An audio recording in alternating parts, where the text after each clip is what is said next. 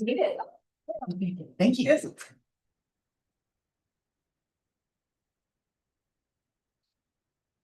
And a cookie, thank you. You're welcome. I made sure there was one of each. And there's no lettuce in the sandwich, thank you. Yeah, I did remove that. We're good to go whenever y'all lost. We're live. Okay. So I will call to order the Central Oregon Community College Board of Directors meeting for Wednesday, July 8th, 2026. Okay. And then we'll start off with the native lands acknowledgement. COCC would like to acknowledge that the beautiful land our campuses reside on are the original homelands of the Wasco and the Warm Springs people. They ceded this land to the U.S. government in the Treaty of 1855. The Paiute people were forcibly moved to the Warm Springs Indian Reservation starting in 1879. It is also important to note that the Klamath Trail ran north through this region to the Great Celilo Falls trading grounds. Descendants of these original people are thriving members of our communities today. We acknowledge and thank the original stewards of this land. All right, so next up we have roll call, Lucas. Okay. Chris Scapel. Here. Jim Porter. Here. Laura Kraska Cooper. Here. Joe Brenowitz. I don't think it's quite here yet. No. Aaron Murs. Here. Aaron Foot Morgan. Here. Alan Odegaard. Here. Greg is not here, I know. Michael Lalonde. Here. Alicia Moore. Here. Anne Marie Hamlin. Here. Zach Boone. Present. Laura Comey. Here. Andrew Davis. Here. Jody Lawrence. Paul Taylor. Here. And Kyle Matthews. Here. Good to go. Okay, thank you, Lucas. Next up, we have agenda changes. Does anybody have anything? The agenda thing, thank you. Okay, so now we're to public comment. Yes, we do have one public comment. Michael Green, the faculty member is a program director. Yes. Thank you for the opportunity to speak. My name is Michael Green and I am the EMS Program Director and Assistant Professor. I'm here tonight to support a faculty contract negotiations, not for my own salary. I'm fortunate that retirement income allows me to serve in this role, but I'm here to speak on behalf of the current and future faculty who will carry this institution forward. My concern is succession.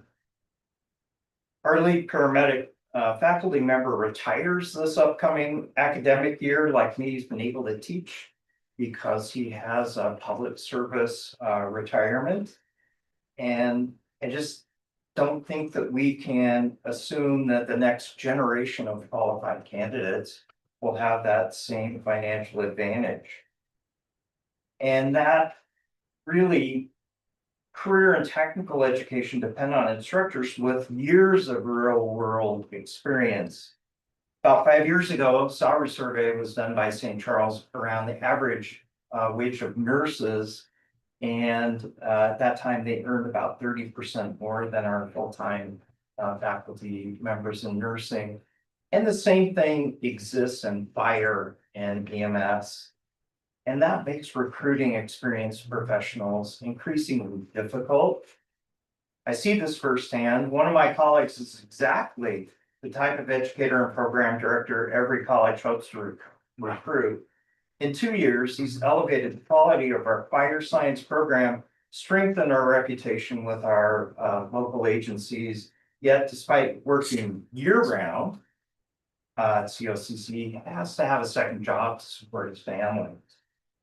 A premier community college should not have to retirement incomes or second jobs to attract and retain the professionals who educate our future workforce. I respectfully ask you to support a contract that provides competitive, livable wages, not for those of us who are nearing the end of our careers. Sorry, Grant.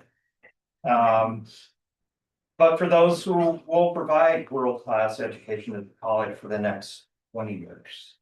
Thank you for letting me finish. Thank you. I believe that's it. Okay. Thank you, Michael. Thank you, Lucas. Next up, we have the consent agenda. Did anybody, is there any thoughts, comments? I'll make a motion to approve the consent agenda. Thank you, Laura. I'll second. All right, it's been first and seconded. Any other comments or I questions? just have one edit to the minutes. Okay, there we go. And section 12 to A1, just to remove Representative Jason Kropp and Representative Emerson Levy. They did not attend that event. That's an error. Oh, So I will amend my motion to approve the consent agenda, so with the Okay. correction to. Y'all move really fast. Okay, yeah. Okay. So whoever seconded it, was that you? It was. Yeah, you have to approve The it. minute. Oh, the minute. You'll have to approve the I will- amendment to the motion. Approve the amendment. Excellent. Okay, so we have a first and second. Okay. Any other questions or comments? Okay, all those in favor, please say aye and or raise your hand. Aye. That would be none opposed. So carries. Okay, so now we're to the president's evaluation. And we have a standard resolution with some information in it, but this is just how we've historically done this. And Jim is gonna read it. Yeah, because I think it's better if you read it and then the board approves it and then we move on. Okay. Uh-huh. The annual evaluation of COCC's President Dr. Greg Guerra was led by the Board of Directors President Evaluation Committee consisting of Directors Erica Scaffold, Laura Kransky Cooper, and Jim Porter, and is required by the board policy. The entire Board of Directors of COCC has now completed the annual evaluation of Dr. Pearl's performance for the year of 2025 through 2026 year. The resolution be it hereby resolved that after completing the productive evaluation process, the Board of Directors of Central Oregon Community College has determined that Dr. Pereira's performance meets or exceeds expectations in all areas related to achieving the college's strategic plan, complying with the board's evaluation related to budgeting, asset protection, staff treatment, facilitating communications with the board. The Board of Directors also recognizes Dr. Pereira's efforts to meet with every employee, his work with increasing transparency and communications of COCC, as well as his ability to anticipate and respond effectively to both current and future needs of the college. It is the It is the Board of Directors' pleasure to extend to Dr. Pereira commendation for his performance as president of Central Oregon Community College. Okay, so that's the resolution. Do we have a second? Second. Thank you. Any questions or comments before we vote? I'd just like to say, I think Greg's doing a great job and we're happy to have him and more great years to come. I hope. Thank you, Alan. Yeah, I'd like to add, it's been a phenomenal challenging year for a president to step in. Resolving our labor concerns, and they are concerns. We've had unexpected issues with facilities that we couldn't expect to come in. And he's managed it all very, very well for a first year CEO. He's done a great job.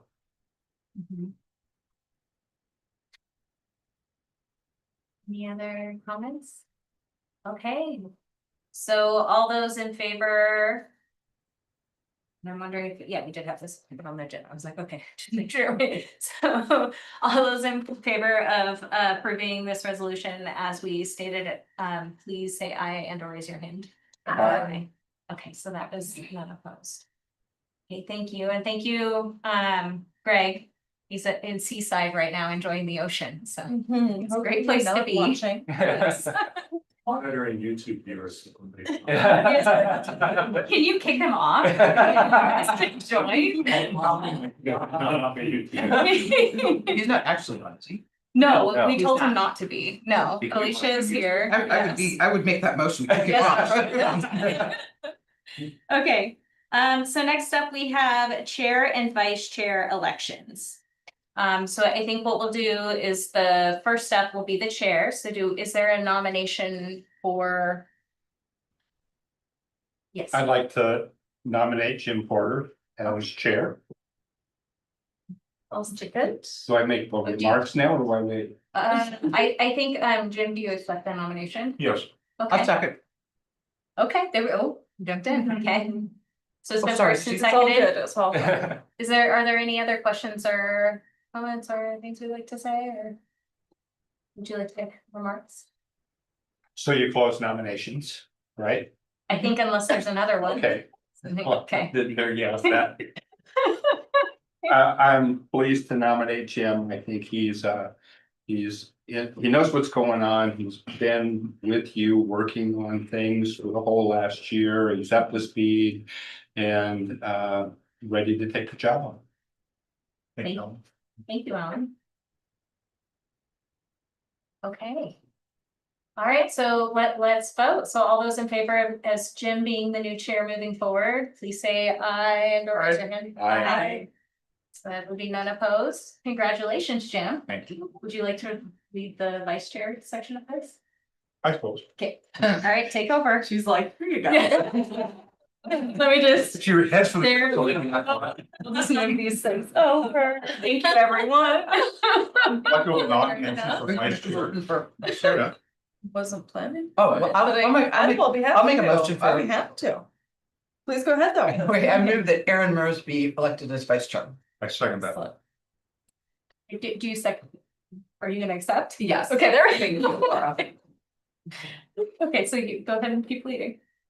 What's that? You are the chair now. So Oh. Open for comment before we vote? Well, you gotta close nomination first. Okay. So anybody else is voting? Anybody else? Nominations closed. Any discussion? Not hearing none. I have something to say. Aaron and I have talked and we actually met over the last year.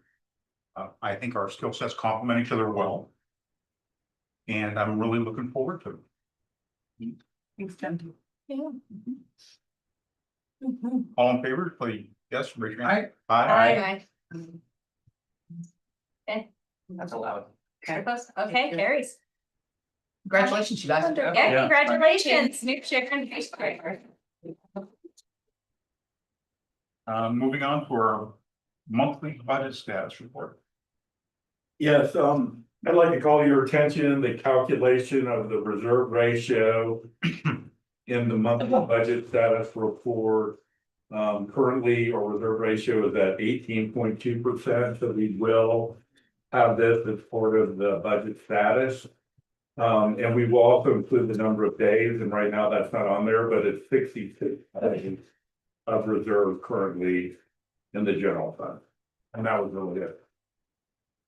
Thanks for getting us. Yeah, thanks, Michael. So the new hire report. Or It's in the packet, and if anybody has questions, feel free to let me know.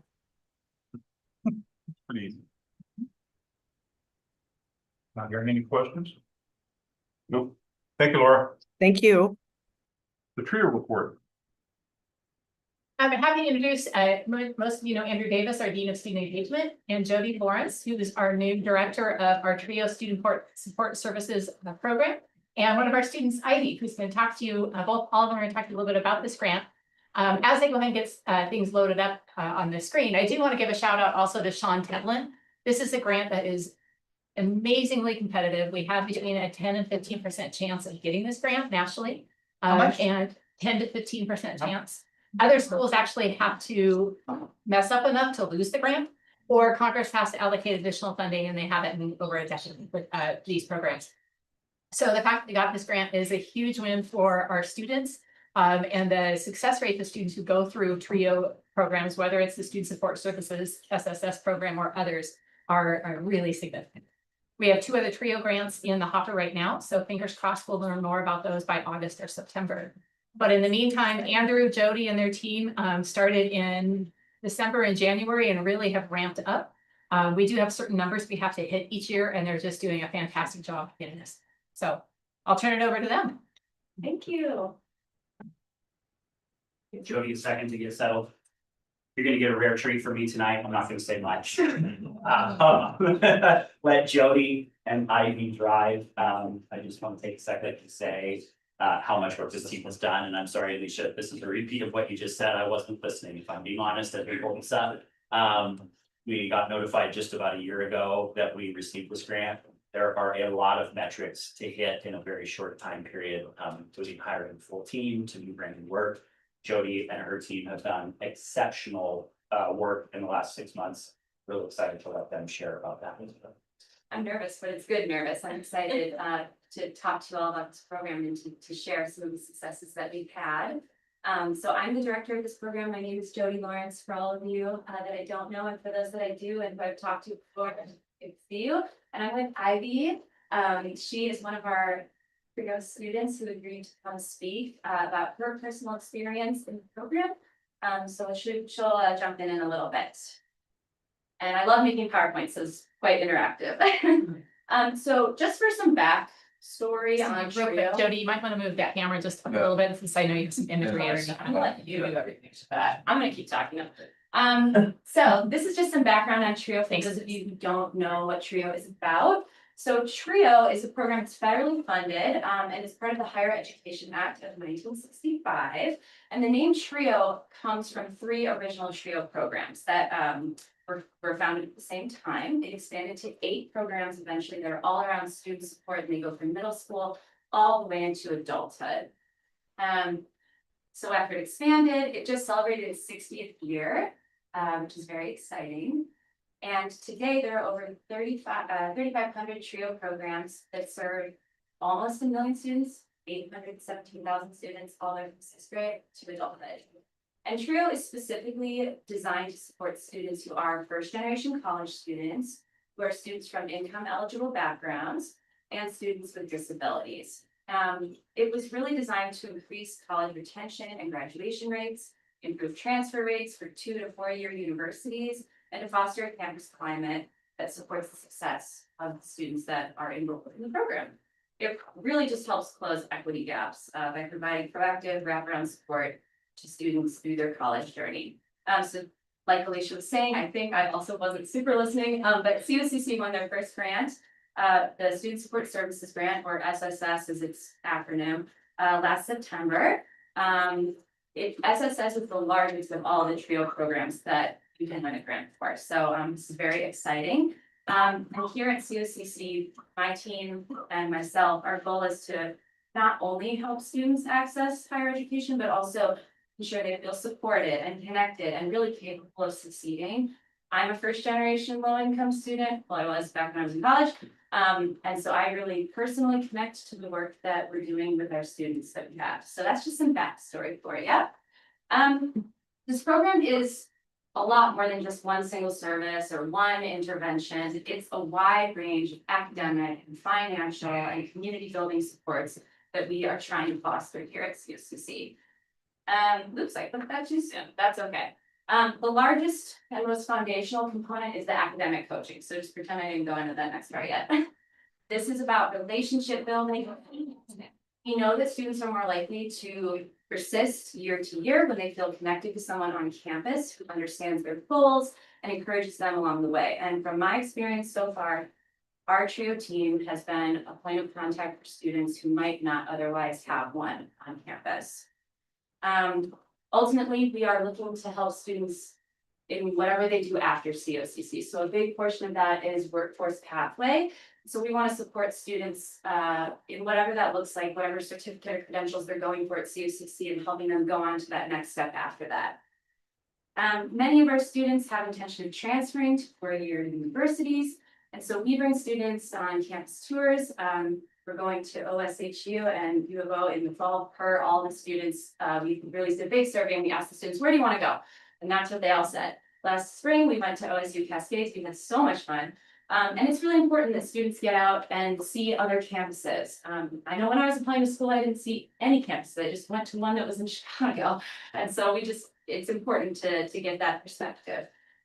Another big bucket that we focus on with our program is around workshops. So to date, we have offered, and we're offering more next fall, but last spring we offered 4 academic workshops and a few different social events. We're excited to plan for the fall, and we have a lot of really good ideas that come directly from the students and what they wanted. But for some of our workshops, we've done lunch and learns with faculty champions. We've done a peer roundtable, which was so cool and led by the students, and we just kind of stood there and took it in. We did an advising session with Sue. Sue Pierce is a phenomenal advisor that we have on our team. And we did a foundation scholarship, and we brought people from the foundation in to help advise our students on their essays. And we've had some social events too. It's been a really fun experience. Sometimes the coaching conversations include helping students find resources around campus or the community, and these conversations can range from anything from financial aid to academics to career goals. You know, I found that our baseline requirement is I ask my students to meet with me twice a term, and I feel like sometimes that can be a lot for students who are also managing families and jobs and whatever, but I have found that almost all of my students want to meet with me much more frequently than that. Not speaking for Ivy, but I see you in the office all the time. And I'm not her coach, but she's always there, and I just feel like our students really enjoy being around and taking advantage of those opportunities. And like I said, our last big bucket is around financial literacy. We have financial literacy coaching that we do that includes helping students with their FAFSA, which is so confusing, and figuring out how to do that. We help them with financial aid, we help them with scholarship assistance. So there's just a lot of different perks to being in this program.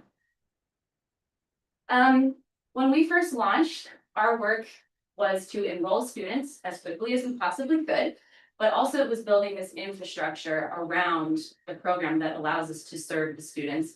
And not only just for the first 6 months, but to function for the entirety of this 5-year grant, right? It's about building sustainability and building models that will support the work. So it was all about kind of moving into that space of a sustainable model. So we worked on getting systems set up for recruitment and coaching and campus partnerships, and that is a lot of work.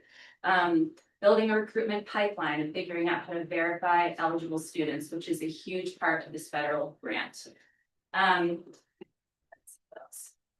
Because TRIO is federally funded, we are required to track and report things, and actually I think I skipped slides. I'm just gonna go back and talk about this.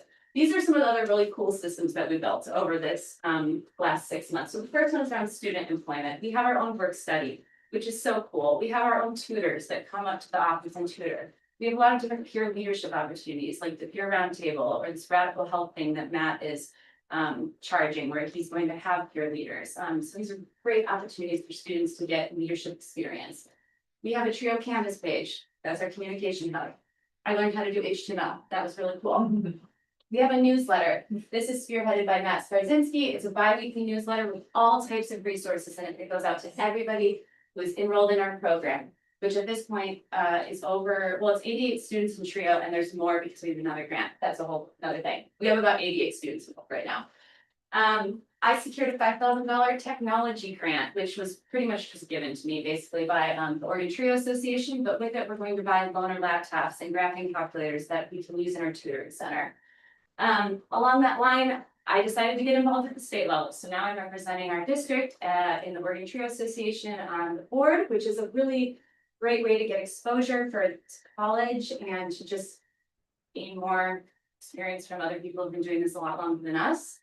And lastly, both on campus and externally, a lot of this has been about collaborating with all the different departments, really getting people on board. Everybody at the school has been incredibly supportive of this program and has allowed it to integrate very seamlessly into how we do things here. For that, I'm extremely thankful.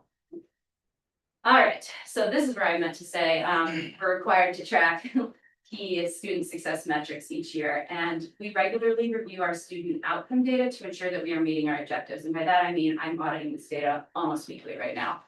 It's very important that when this federal report opens up, it is correct and it is accurate to the best of our abilities. So some of this data that's just summarized up, first of all, is from May. So these numbers are actually lower than what they are currently. Our enrollment goal at the end of May, we were about at 77%. So that's pretty good. It's a little bit higher now. But for our low income and first gen, this is calculated off of all the enrolled students. How many of them are meeting the income eligibility and the first gen requirement? That is an objective that we have to track for the federal government. And then how many of our students have a disability, documented disability, enrolled with student accessibility services? This number only has to be 33%. This number has to be a little bit higher. I think to date we are at 60%, and this number has stayed pretty much consistently way over the board. So we're good on this one. I'll talk about contacts in a second, but we have had well over 300 individual unique enrolled student contacts, and I'll go into what that means. We have had well over 200 applications. I would say we're more close to 300 at this point. Let me chime in real quick here too. Part of the reason these numbers are important, we have a specific target we have to hit our first year, or the grant will not be continued. And so to have these numbers and getting as close as we are to our enrollment goals for the first year, starting this program up starting in December is pretty incredible. So Yeah. thank you That's to Joey. lovely. And I'll answer your question. I'm sorry. Oh, what's that, Erin? Yeah, Erin. Yeah, what's the enrollment goal? Absolutely. So by the end of August, we have to have 104 students enrolled. Okay. To date, as of my counter that I have on this software that we have to use, are 90 students. Right? Is that the count today? 90 students. And that is not students who have just applied. That's students who are fully through the enrollment, it is a thing. We have a lot of students that are stuck between intake and enrollment. We have to verify eligibility before we can even onboard you into the program. We have intaked many students over that 90 mark, but it's up to them to come back and do that orientation with us. We can't force anybody to come back and do the orientation. And when they do that orientation, we set goals, we talk about what they want to get out of COCC, the program, how many credits they're enrolled in, all these different components. Then they're enrolled in the program, then we count them in our numbers. Is the orientation in person? The orientation can be in person, it can be on Zoom. Those are the two ways. Some people. You serve food? I That wish- more people will come. I wish we could do that. Well, but off script, but I'll tell you that there are programs in Oregon where they're so big and they have wait lists at this point, which I imagine we will get to very soon. But they're so they can have orientation all at the same time, all for in the fall or right in the beginning of the school year for all the students at once. We're not at that point yet. We just have too much variation in our application. I imagine in a couple of years, though, we will have one giant orientation. It's called Summer Bridge. So a lot of programs have a Summer Bridge. Next year, so not at the end of August, but at the end of the next fiscal year, we need to have 140 students. So I don't personally think this is going to be an issue for us. But anyway, some of these student contacts. Jody, Yeah. one more question. Oh, it was just curious what the other number goals were. which So the enrollment goal was 100 and something, the low income and first gen. these are current student enrollment by percentage. So What's like the goal? the goal is 104 by the end of August. Oh, for all of them, it's 104. So the overall enrollment goal is Overall. 104. Okay. All of them must be low income or first gen, Gotcha. and a certain percentage have to be have a documented. Yes. Does that make? And I can definitely dive as much into these numbers as you want. I'm very fluent in these numbers. Okay, but I wanted to break down some of these student services because I think saying, well, we've had over 300 unique student contacts doesn't really mean very much. This is a breakdown of the different student contact activities that we have done. This is in 6 months. So academic coaching, obviously taking the biggest chunk of that pie, but from there's a lot of other things that happen. Transfer planning, FAFSA, workshops, all that stuff. So you can kind of see, this is how our time is mostly spent. Something else I wanted to include at this point, I'm just not even using these notes because I'm not nervous anymore. You're doing fantastic. Yes. Keep going. But like, there's a lot of qualitative data that you can pick out of this too. And so we wrote students and asked them to send us their testimonials and not that our expectations weren't high, but they sent back some incredible stuff. And so I pulled some quotes. This is our trip to OSU Cascades. I think this is a very cute picture, but I just picked some quotes that felt like they really represented what we were trying to get at with our program. Feelings of belonging and sense of belonging and having advocates in your corner and somebody on campus that you can go to as a safe space. Direct connection to networking and feeling more confident talking to faculty. That's the whole point of those faculty lunch and learns, so that students can sit down in an informal setting and be able to talk to faculty more like humans, right? So yeah, our students sent back some incredible testimonies. We're gonna put them on our website. So it'll be on the COCC homepage with a picture of them if they want them on there. Anyway, without further ado, that's the whole reason that we're here and doing the work is because of the students. And so I brought Ivy with me to kind of talk about her experience. She's been a standout student in this program. She's been extremely involved. And it was exactly who I thought of when Alicia and Andrew said, if you could bring a student with us, I think I'd be perfect for this. You want to introduce yourself? Yeah, hello, everybody. My name is Riley Hernandez Rodriguez. Feel like. Do we go into? Go for it, yeah. Yeah, feel like this is just surface level stuff about me, but, I feel like it really explains me as a student why I'm in Trio in the first place, but Trio has helped me in so many different ways. Yes.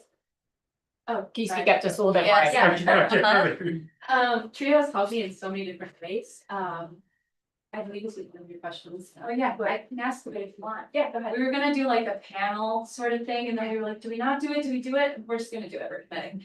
Okay, so what would you say is something noticeable that has changed for you after joining Trio to before joining Trio?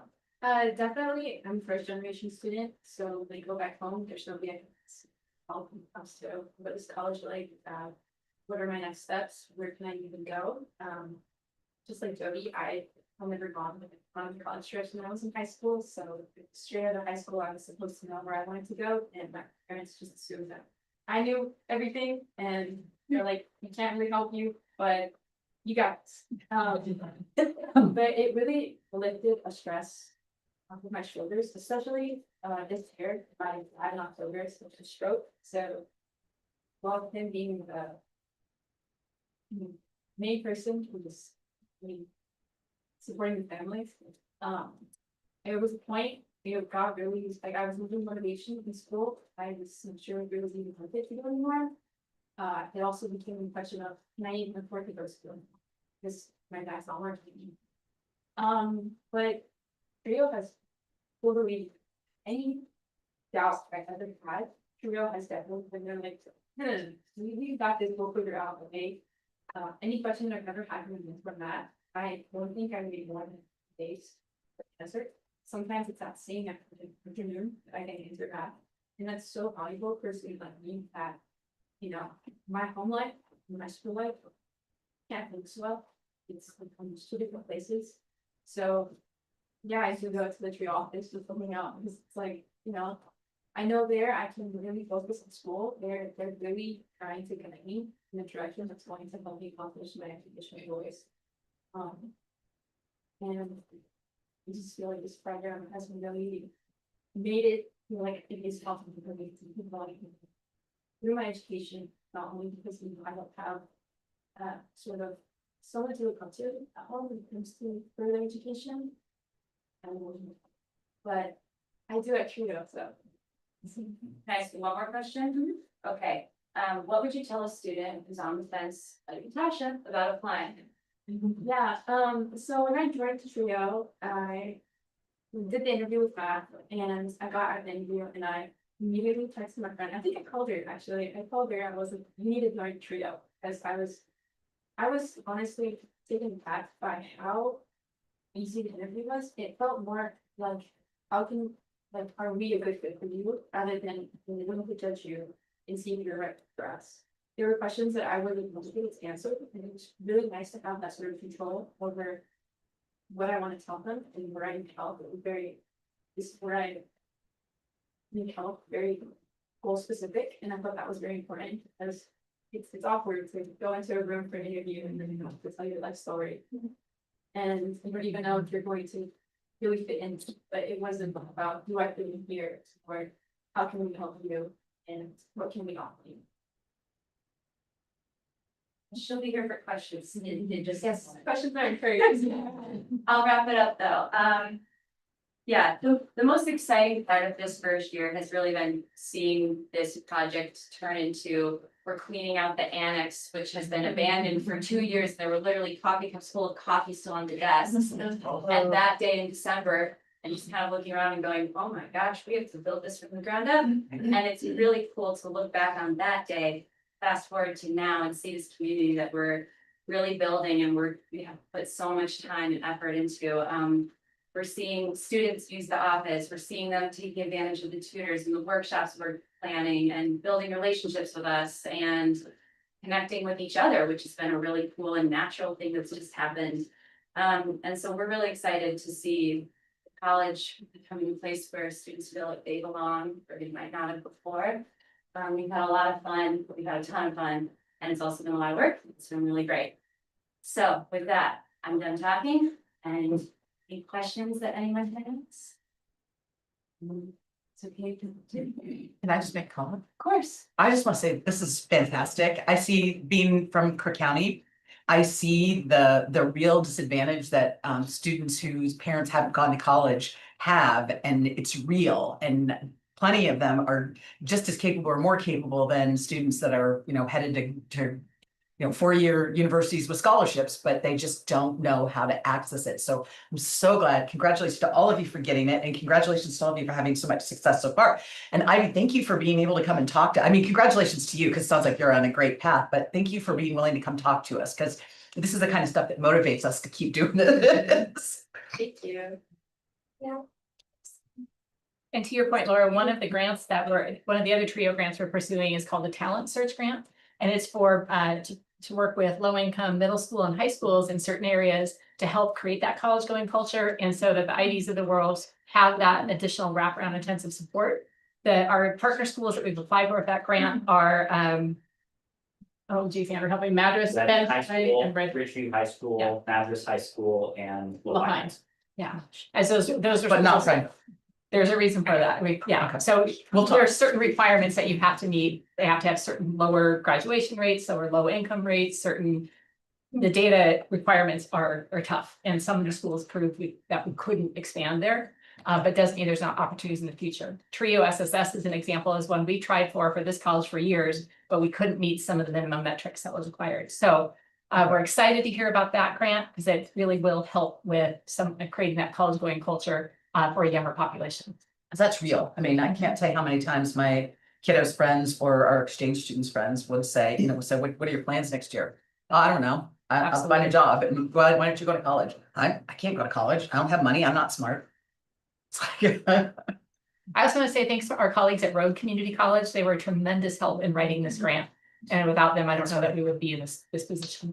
And similarly, for all the support that they've given us getting this off the ground in the last 6 months, everyone we talked to said the first year is the scary, hard year of the grant. That has proven to be accurate. But Jody and her team have really set us up for long-term success. So we're very Thank you. excited. Yeah. Well done. Thank you all. Yeah, for- awesome.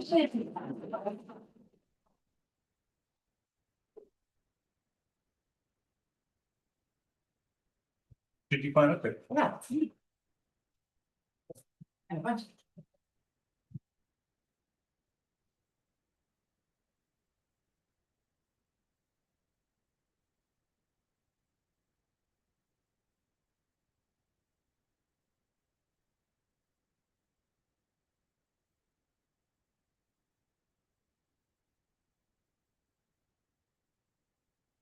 Alrighty, well, we are wrapping up the third year of our 2023-27 strategic plan. As part of that plan, what we had mentioned earlier this year, or during the academic year, was it's time to sunset some of our projects, because we've worked those projects, we've integrated into our systems, or they've hit whatever milestones. And so we want to take this board meeting to celebrate what some of those successes are, because there's been some big wins that we've achieved with some great leadership of folks throughout the college. So when we talk about sunsetting a strategic plan action item, our criteria for that is that we've integrated into routine operations or departments, or it's become a regular part of our practice holistically across the college, maybe not just with one area, or that we have a long-term plan, right? And so we'll give you examples of each of those as we go. But the biggest piece for me is we also need to pause and celebrate. And you'll see at the end, the number of people that have been involved with this work so far is absolutely incredible. So we have a lot to be proud of. In the 3 short years, there's a lot of amazing things we've accomplished. And the 5, 6, 1, 2, 3, 4, 5 action projects we're going to talk about today is strategic scheduling. Cindy's going to help us with that. Adult student recruitment and retention. I'll talk a little bit about that piece. Our Madras campus expansion. I think Zach, you're leading that work. Our MATC revitalization. Thank you, Amy, for being here with us tonight.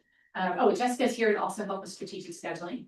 And the unified data analytics solution, and Laura is going to join us via Zoom to talk about that. So we're going to give you some quick highlights of each of those, and then we'll talk about next steps. So Cindy and Jessica, you want me to drive? Yeah, go ahead. So we've been here several times to talk about strategic scheduling. So a lot of this stuff we're not gonna get into details about, but just this is a reminder of this particular goal was to develop a course scheduling plan that results in a student-centered year-long schedule for all 4 campuses. The plan will help the college make data-informed decisions about the right balance of course delivery modes, as well as the times, days, and locations in which courses are offered. And I can say that we've done that at least for the last 2 years. We still have a lot of work that we're gonna do on this, but I think it fits all of that criteria for having accomplished something. It's integrated into our system. And Jessica's gonna share a little bit about some of those big highlights. All right, so the year-long, development year-long schedule of classes at all 4 campuses and online. We've had that in place for the last 2 years. It's really been a 4-year journey, kind of from starting to bring a cross-functional group from the college together to figure out, what were the pain points and the problems we were trying to solve and start to strategize about those. But particularly in the last 2 years, we brought on our new software. And so we're targeting efforts to provide robust and relevant schedules at all 4 campuses that meet the needs of all our communities.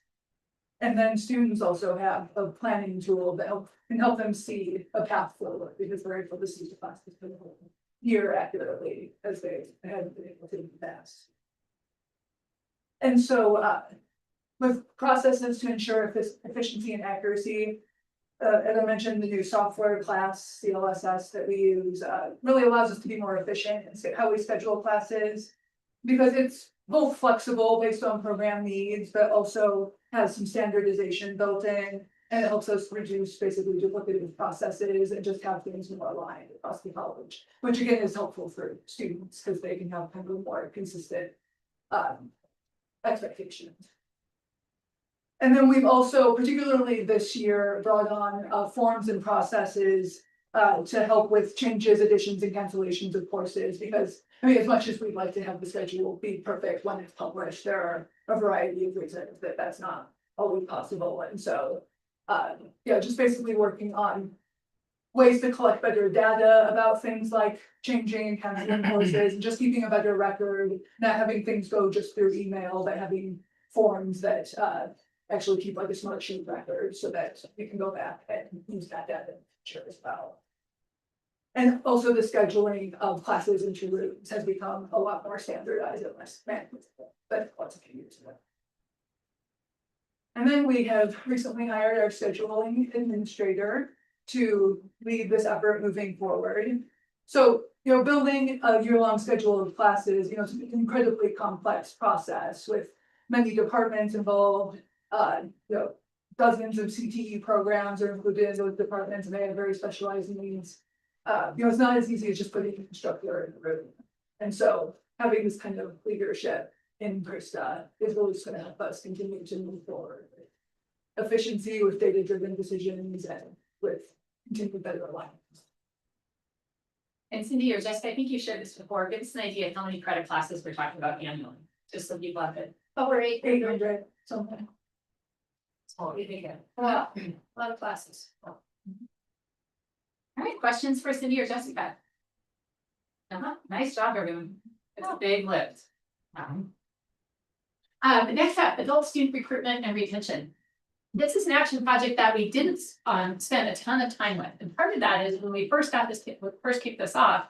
A group of folks went to a meeting statewide, look at adult student recruitment and retention. This is an issue nationally. And when we came back from that, we realized literally almost nearly 80–90% of the best practices we were already doing in recruiting adult students. Ones we're not doing are things like offers full scholarship to every adult. Okay, so that is something picked out as a best practice. I've yet to find a college in the country that really does that. But so, we didn't necessarily hit all of those benchmarks. But when you look across this list of, whether it's basic things like some of the imagery in our promotional materials to show that sense of belonging as an adult learner. Not everybody here is straight from high school. Offering things like co-requisite math and writing courses to boost people's skills at a fundamental level and get them started more quickly through those college level courses. Having major transfer maps or even a program map, not all community colleges map out their curriculum the way that we do, so people can see in advance all the courses that are required to take. The expansion of our basic needs support or grants that we have to support specialty populations. These are all things that COCC already had in its repertoire of areas to serve adult learners.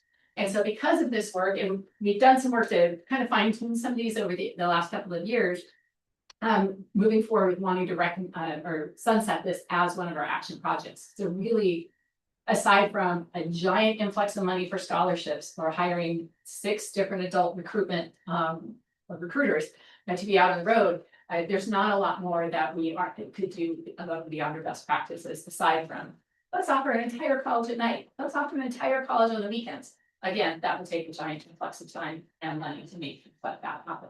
So some really good work to folks across the college, both in instruction, student affairs, marketing, public relations, and others to really ensure we're serving our adult learners well.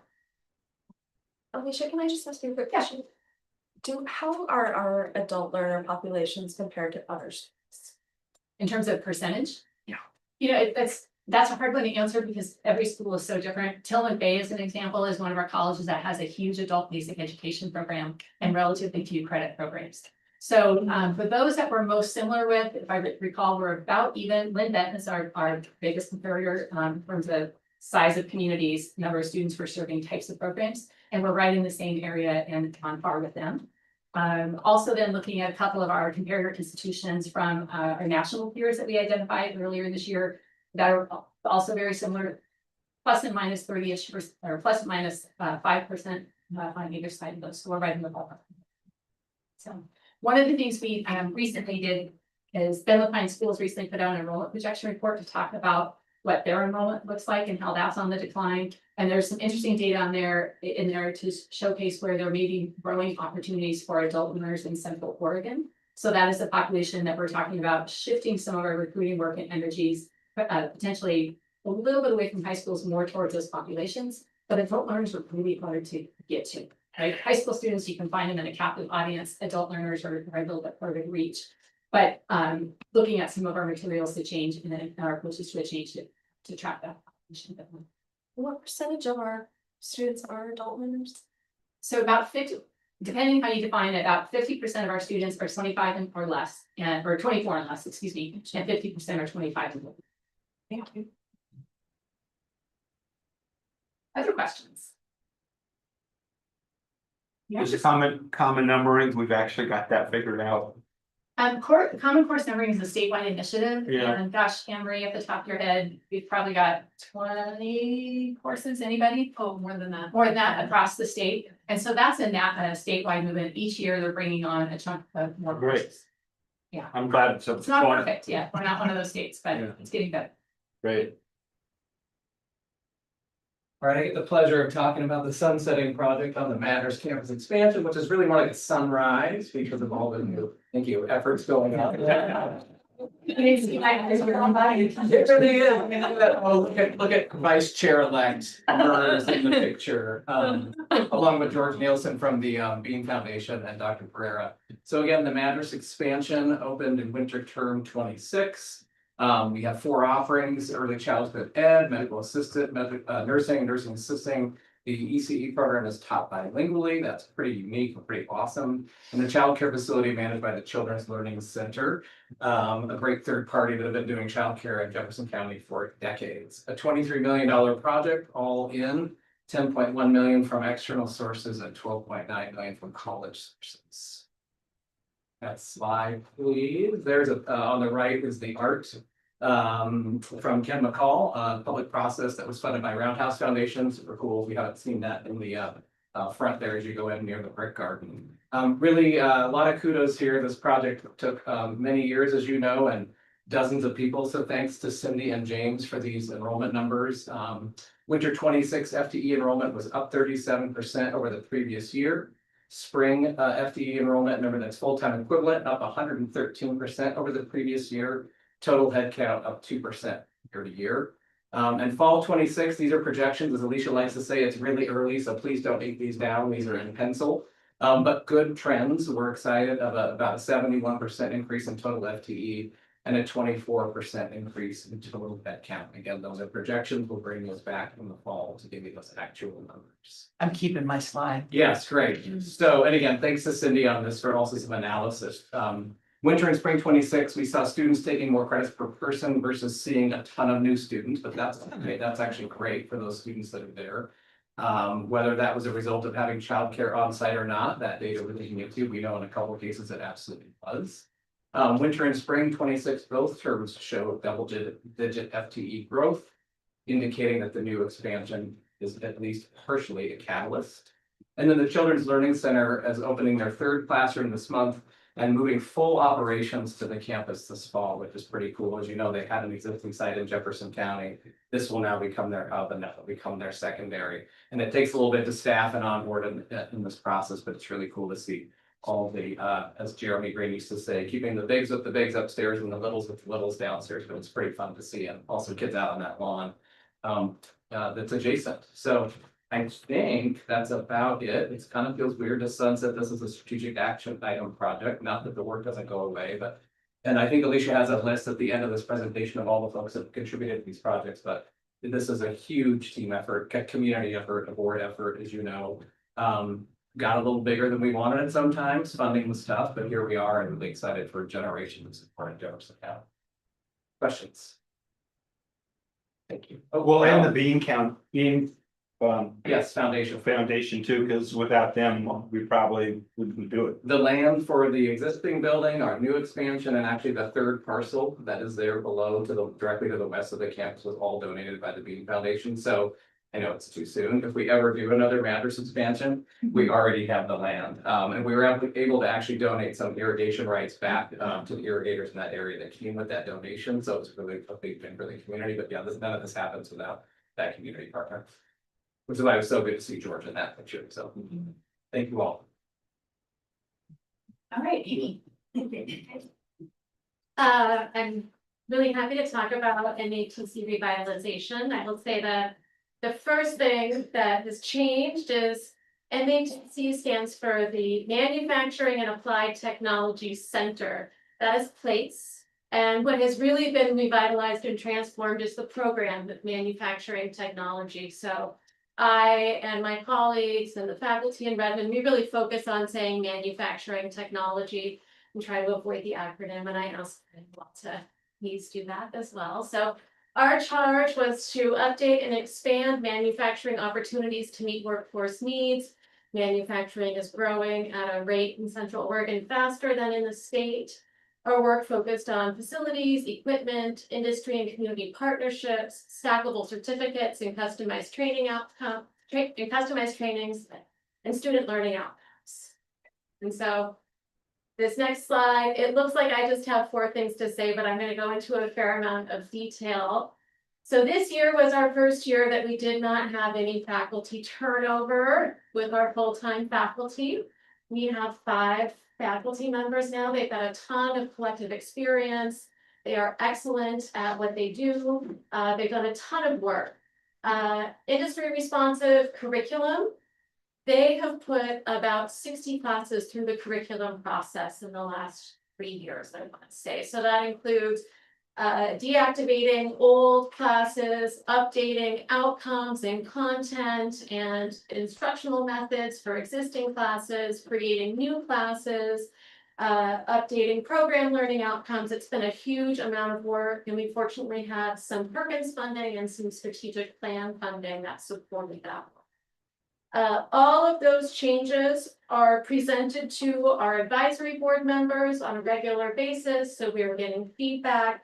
We're listening to where their pain points are with their staff, what is missing, what's important, communication, safety, employability skills. When I first started doing this work, I had this little game where I'd ask every employer, you know, what are you looking for in an employee? And they would all say some version of employability skills, and they use very colorful and descriptive. They never said employability skills, it's always very colorful, but they're looking for people that can show up on time and get the work done, right? To be reliable. And we had a program that was designed for an older adult in the early 2000s to be self-paced. So someone who's working and then you come in when you have some time to work through your coursework and when it's convenient to you. Well, welding and machining is a skill. You get better at a skill by practicing it consistently over time with formative feedback from your supervisor or your instructor. And so we moved to be scheduled instruction. This gives a better work-life balance for our faculty. It means that they know what they're teaching that day. They know what they have to do that day, and students know what they're doing, and they move together as a group through their projects. And so we've seen some really incredible community projects being done, repairs for the Culinary Institute, new gates on the Coates Campus Center garbage enclosure, work for members in the community. It's been really, really fantastic, the work they've done. And then attracting and retaining diverse student populations. We've done so much outreach. We have Manufacturing Fridays where we invite students from various high schools across the district to come in and experience welding and machining a little bit. Students who have welded before, but maybe haven't worked on some of our processes and materials, and those kids just get to go in the booth and do what they want, or students who have never welded before get some basic instruction and get under a hood and get some experience. We've built a lot of connections and articulations with local high schools. That's an ongoing process. We participate in the Skilled Trades Fair and the Redmond Campus Open House that happened a couple months ago.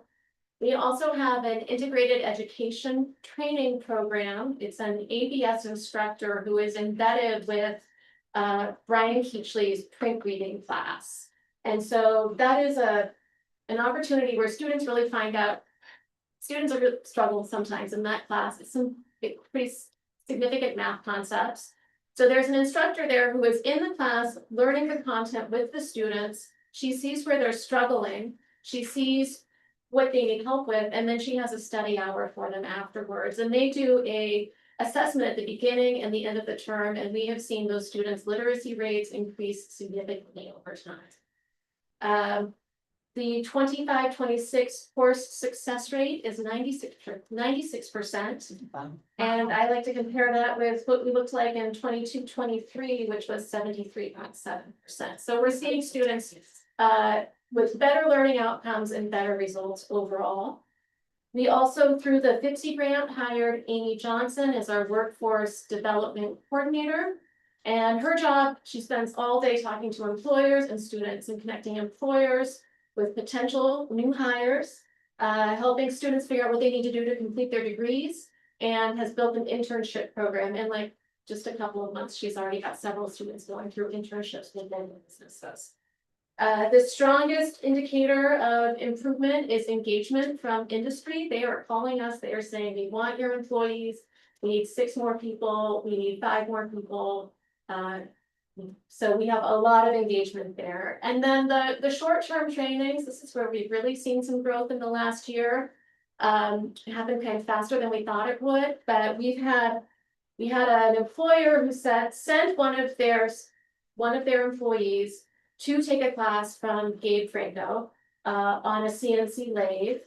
And that was so successful that they said, we want everyone in our division to get this same training. And so, but we want to do it on our equipment. So Gabe said, let me help you fix your lathe. And then I'm going to create like what you need to know. And he has created customized curriculum that will be delivered non-credit, but delivered on-site for those employers. And we're in conversation with another large employer about doing something similar for them. So we're seeing a lot of opportunities with non-credit trainings that could potentially have crosswalks to credit and degrees.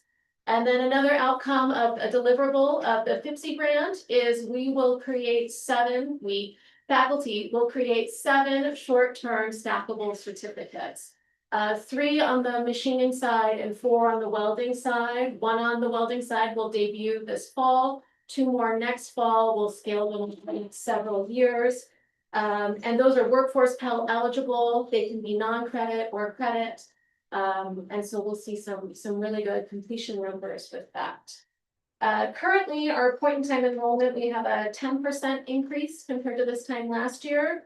And our headcount right now is 54 compared to 53 students at this time last year. So we see similar amount of students, but taking more classes. So, and then we are working on expansion of Building 3, thanks to Josh Clausen for spearheading that part of the effort. He's done some great work, and we really can't wait for more space. That's what's holding us back right now, is limitations of facility. Questions? Great number. Yeah. Great number. And the outreach is great too. Yeah. I mean, to be out there with the employers. Yeah. Thank you. Yeah, it's a great team. It's been really excellent. And Amy, I always like your presentations. You're always really succinct and easy to follow and good information. Thank you. I'll tell my husband you said I.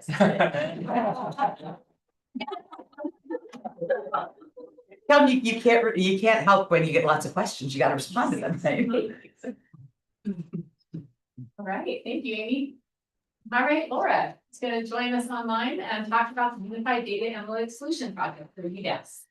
Great, thank you so much. I am covering this on behalf of the team, the UDAS team, and primarily Chris Egertson and Michelle Da Silva, who are the project team leads.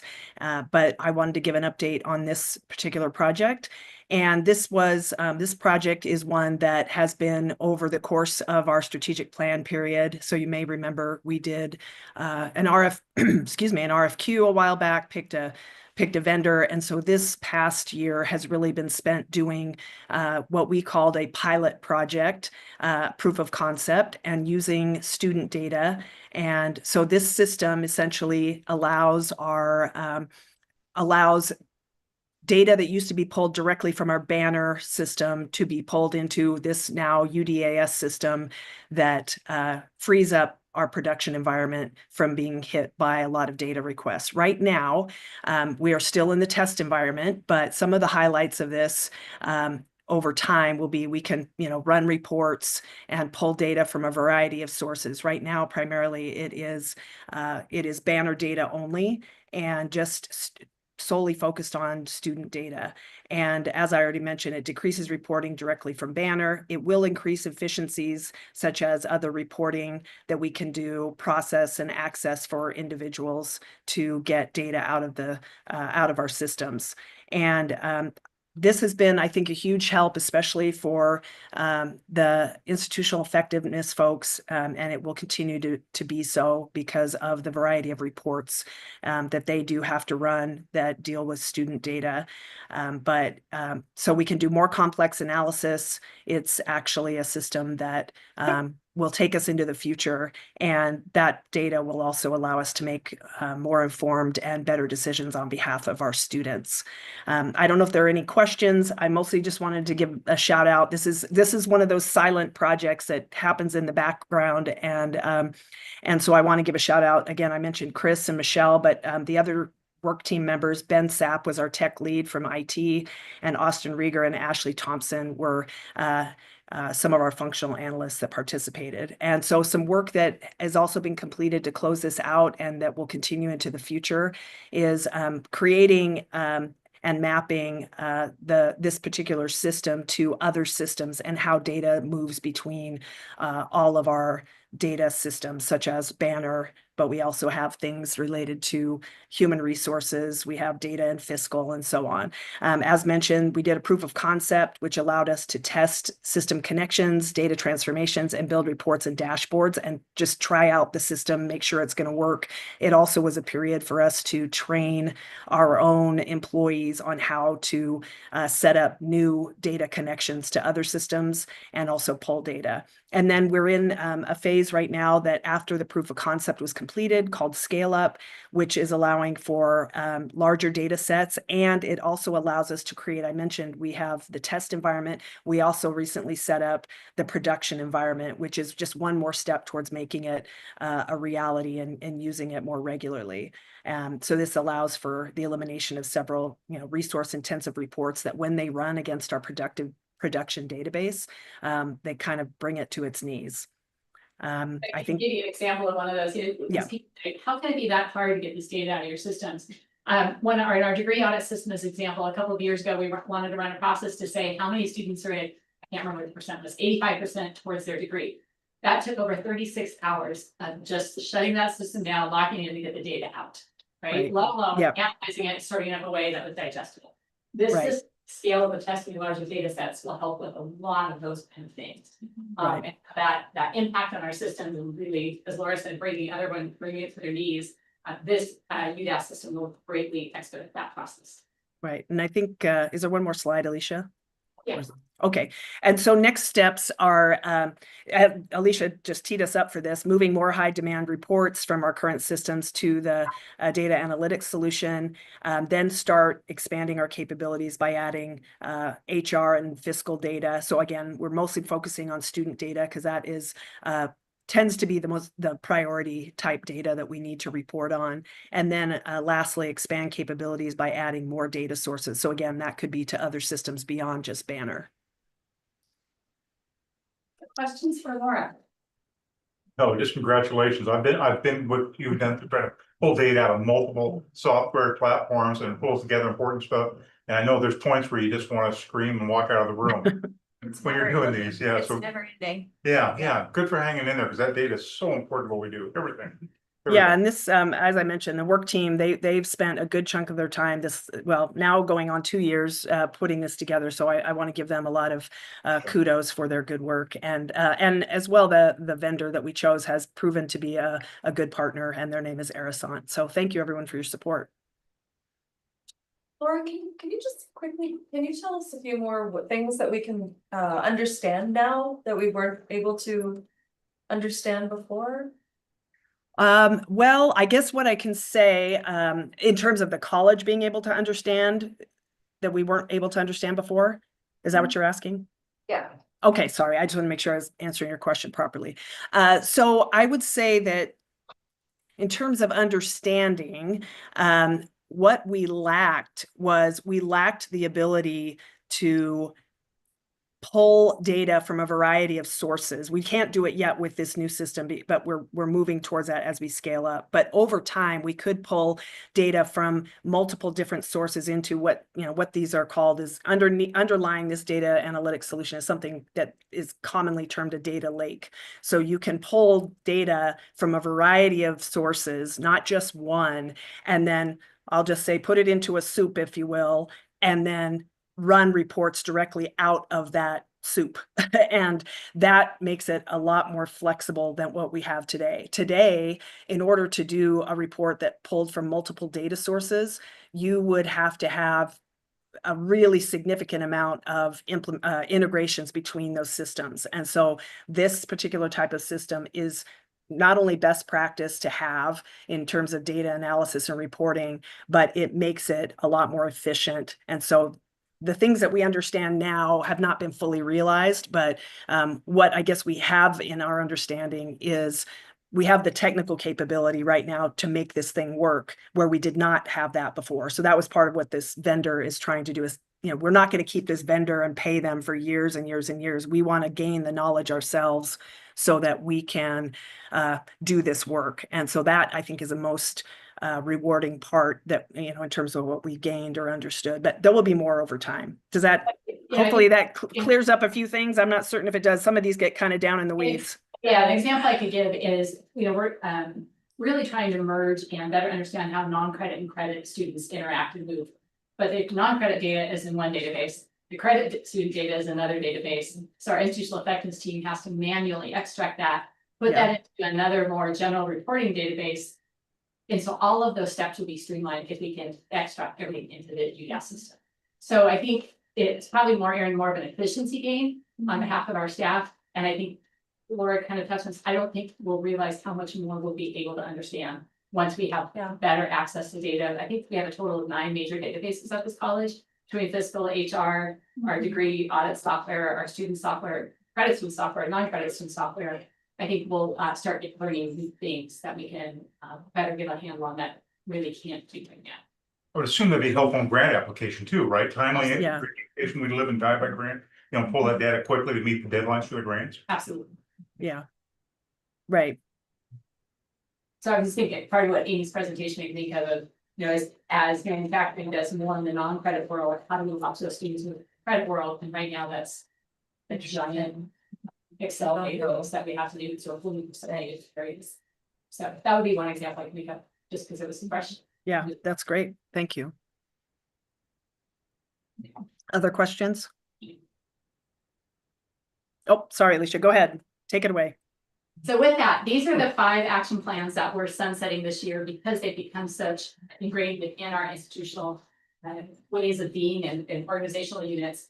And for me, the biggest piece is to say, whoa, stop, let's look at everybody that's involved with just these 5 action projects. You gotta remember, we've got some others out there and I'll share those with you. And they have equally as strong and big of teams. When you look across this list of, I should have counted 40+ people, it's pretty amazing. And these are folks that are just involved now or have been in the last few months. There are people who have since left the college that in the last, year or two later that aren't necessarily on this list. So if you're out there watching in YouTube land, thank you, because we could certainly not do this great work without the collective energy around. So with that, we have a look ahead at ongoing action projects. So still be doing some work around online, or guided pathways. We'll have our first big launch with guided pathways this fall. And so you'll learn more about that as we get into that this fall. Online program is still working. Workforce infrastructure. This is one we almost were going to sunset because we did a program demand gap analysis last spring. And then the state decided to do a statewide one this spring. So instead of sharing with you just our data, we wanted to share it in context with the rest of the state. And we also have economic impact study data that we just got from the state. So I know Anne-Marie, Cindy, and others will be working to pull all that together in the coming fall. So you'll hear more about that. Owen has been one of our champions around the President's Climate Leadership Commitment. You've heard him speak previously, and we still have lots of work to do there, especially around curriculum development and some of our facilities and operations. So that will be continuing. We're reevaluating the employee awards recognition and professional development. Action project is that's morphed a bit since we started diving into that from the start of the plan. So that updates next year. Culturally inclusive hiring practices. This really is integrated into HR systems and practices. A lot of the reports we shared with you in the past, but we haven't found permanent funding for that yet. And so that's why I want to keep this as an active project until we can do that. Upgrade business operations. I don't know, some of us would say there's probably never an end to that, but Michael and Laura still have a big list of things that they would like to continue working on. And then certainly our facilities master plan, we'll be getting a draft of that this fall, I believe, right, Michael? Correct. Yeah, and so until we have that ready to share, we wanted to keep that like these others just on our radar and out. So you'll learn more about those, and a lot of those becoming to key milestones and stuff. So what that means for this board in terms of future strategic planning updates, you can see where we are in terms of coming year with some of our goal reports, our metric reports, and a summary next July when we put a bow on this strategic plan. And parallel to that, we also in 2026 and 27 will start planning our next strategic plan. So we've got these 3 fine folks who agreed to co-chair. So Amy Metcalf is our Assistant Director of Marketing and Public Relations, along with Amy Ward, our Redmond Campus Director. We're trying to convince Tom Berry to change his name to Amy, just so we can have Amy's lead work. But Tom Berry is one of our faculty who has agreed to also chair that work with me and Amy. So they will be kicking that process off this fall. And then finally, just to thank you to the board for the support and development of this plan, to everybody in this room who's had a hand in that, and all the folks that are on that list and so many more. For me, in 3 years, we've really made some major milestones and made some great changes, not only for the college, but mostly for our students. So thank you.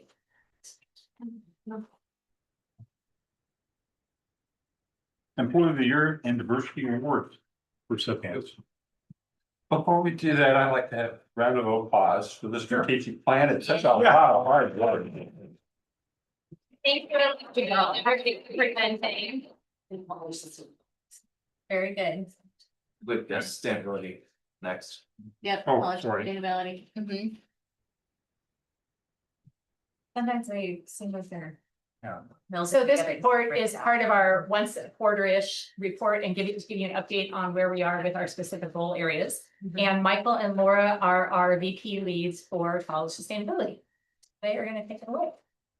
And Owen Murphy will join us for a discussion about the PCLC curriculum. But I'll introduce him in a minute.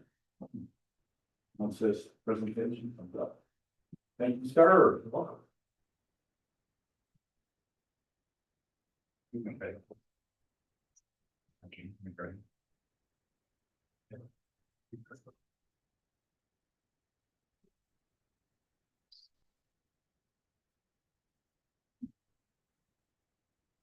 So the goal is to create processes and systems to foster high quality and operationally sustainable work, learning, and natural environments. And we have a number of indicators that we have covered previously, but really today we're here to talk about how this is done. Just go faster. Go back. Yeah. Let me go back. You go back. You have to keep up with it now. So the action projects are the facility master planning committee, the PCLC committee, upgrade business operations, employee awards, recognition, celebrations, and professional development, and culturally inclusive hiring practices. I'm really excited about the facilities master planning team. We've done a lot of work with appointing building advocates that are responsible for each building on every campus. So they take inventories, they might write work orders, but they're very helpful for us to maintain all the campuses. We're still doing 3D modeling of all of our buildings. And the reason we're doing that, because some of the drawings that we have are very outdated, changing to the buildings were never documented. So we continually do that internally. We've had campus-wide input on sustainability, from faculty, staff, students on all campuses for the facilities master plan. So a lot of people gave input to it. We have done a space utilization assessment for all classrooms, all labs, and it's great information, and you'll see that coming up in the fall. Building quality assessments, we've also addressed. And basically, we rate the buildings on how much deferred maintenance needs to be done on the building. And then we divide that by the cost of replacement to give you some idea about the quality of the building. And then we've looked at deferred maintenance in a number of different ways. And we have a plan to attack a lot of it through HEC funding and the GO bond funding. And then right now, we're working on facility master planning options. You will see a number of different options. And today we're looking at the report and actually what it will contain and what we're really going to focus on in the report. So I'm looking forward to that. This is the original timeline. This is an older slide. We obviously picked the vendor, but right now we're in the approval, road mapping, and planning phase of the facilities master plan to be done in the fall of 2026. The President's Climate Leadership Commitment, the accomplishments are, we've updated a building management system so we can actually see the use of electricity in every one of our buildings. And if we see spikes or anything happening, we can go and correct for that. We have now energy monitoring meters on all Ben campus buildings, which is a big step forward. We didn't have meters on every building before, so we had to guess. We continue to do waste diversion from Wikia move out. Pacific Power has been a great partner. They're going greener all the time, and that has had a huge impact on our emissions. We use less natural gas by 16% from previous year. We train building advocates on what to look out for in every building, meaning lights turning off when somebody leaves, how to recycle, all that kind of things, and they notify sustainability when we can improve things. There are still opportunities in natural gas consumption, electrified gas-fired heating and cooking. That would save a lot of natural gas, on-site solar, commuting survey, roofing, HVAC, and boilers. Those are things that would help us quite a bit. The results are really good, though. Very happy that we hit our 2030 goal of a 16% reduction already. Actually, we reduced it by overall 27.6%. Yay! So, but the stretch goal in 2030 is to be carbon neutral in scope 1 and 2. If you want to know what scope 1 and 2 are, I can tell you. It's basically on-campus stationary combustion like natural gas. mobile sources like fleet gasoline and biodiesel, refrigerant, top-offs, and fertilizer. Scope 2 is purchased electricity from Pacific Power. So there you have it. Those are what 1 and 2 are. And emissions declined each of the past 3 years. Our 2050 goal overall was to be carbon neutral. So that will take a lot of work and some investment to do that. So let me introduce Owen, who will talk about curriculum a little bit. Sure. So yeah, Michael, Josh Clausen, former sustainability coordinator, Noel Copley were largely involved in reducing carbon emissions. And I was tasked with the curriculum part of the President's Climate Leadership Team, basically increasing awareness, course offerings, student engagement in sustainability curriculum. And I think the biggest project that we bid off and recently completed is Ponderosa project. It was a bioregional place-based curriculum workshop that occurred for 25 faculty May of last year to present the idea of different dimensions of sustainability, environmental, social, and economic, to encourage faculty to think about how to incorporate that content into their curriculum and to share with one another how they would like to do that. They had the summer then to develop new activities, new modules, new courses all together. They trialed those activities and modules and courses over the last year. You know, we just sunsetted the first Ponderosa project by kind of sharing all that information amongst each other. I have to say that I'm really pretty proud of the work that we did. And really inspired by the community that was formed, not just the content that was created.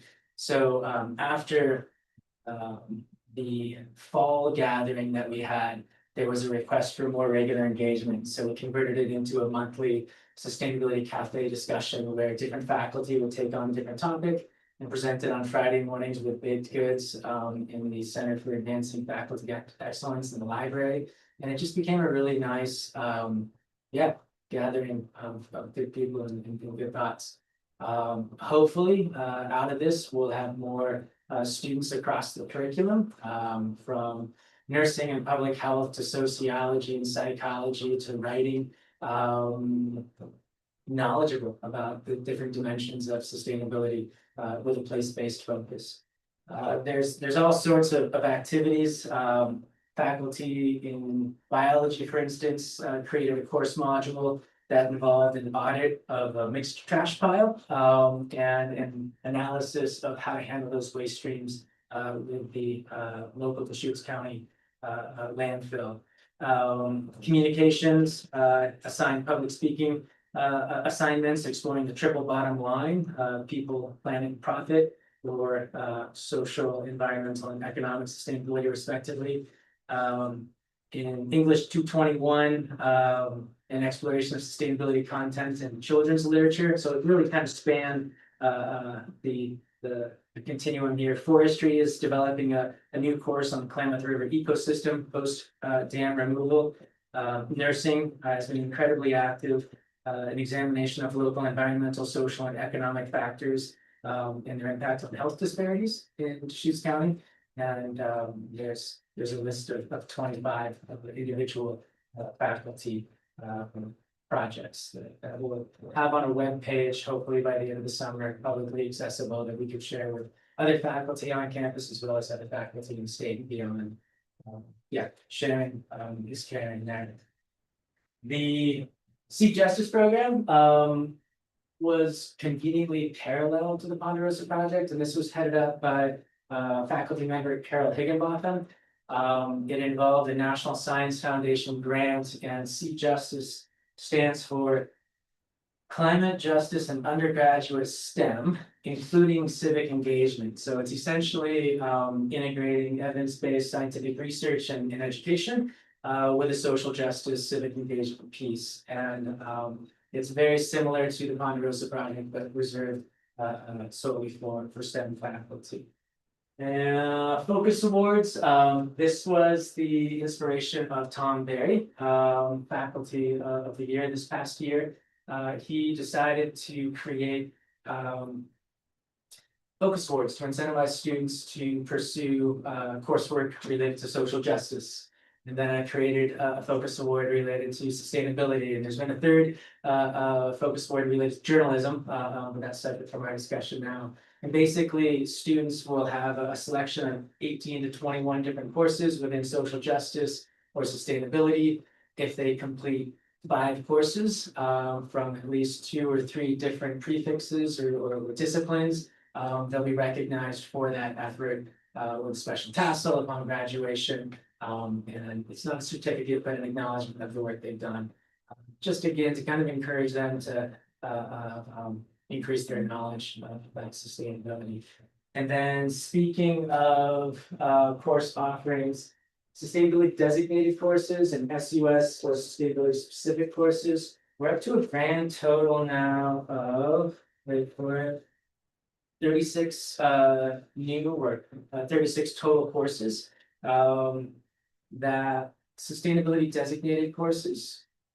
These are pre-existing courses that have adopted a sustainability learning outcome. So nothing's changed with regard to culinary 230 or economics 201Z, other than they've adopted sustainability learning outcome amongst their other learning outcomes. And then we've had the creation of nearly 10 different SUS specific course prefixes. So courses built from the ground up to introduce students to environmental science and sustainability, environmental activism, sustainable food and agriculture, sustainable practices and art as well. So there's been a tremendous amount of development, and like I said, community building, which has been really good and fun to see. So thanks to the strategic plan and the Centers for Advancing Faculty Excellence and the Sustainability Committee for making it happen. Anybody got questions? Has faculty just opted into this? There was $1,000 incentive for the Ponderosa project, Okay. but we ultimately increased the number of faculty that we accepted in the program because there was so much demand. And I think that interest is growing. We won't host another Ponderosa project for probably several years, that demand's been punched. But there will be a lot of sharing and integration among faculty on a daily basis. Is there any kind of like showcase moment where all of this comes together and people can come and learn and? Yes, we'll have that webpage that will share out faculty projects, Ponderosa project and the Sea Justice project. We just kind of added an in-house sharing in summary, but I think that webpage will provide more context for folks who haven't been a part of that, that process. So hopefully by the end of the summer, we're gonna be active. Could you tell me how, so students work through this, what do they take out into the world with it? I mean, a lot of knowledge, I'm Yeah. impressed, I didn't know Yeah. I did all this.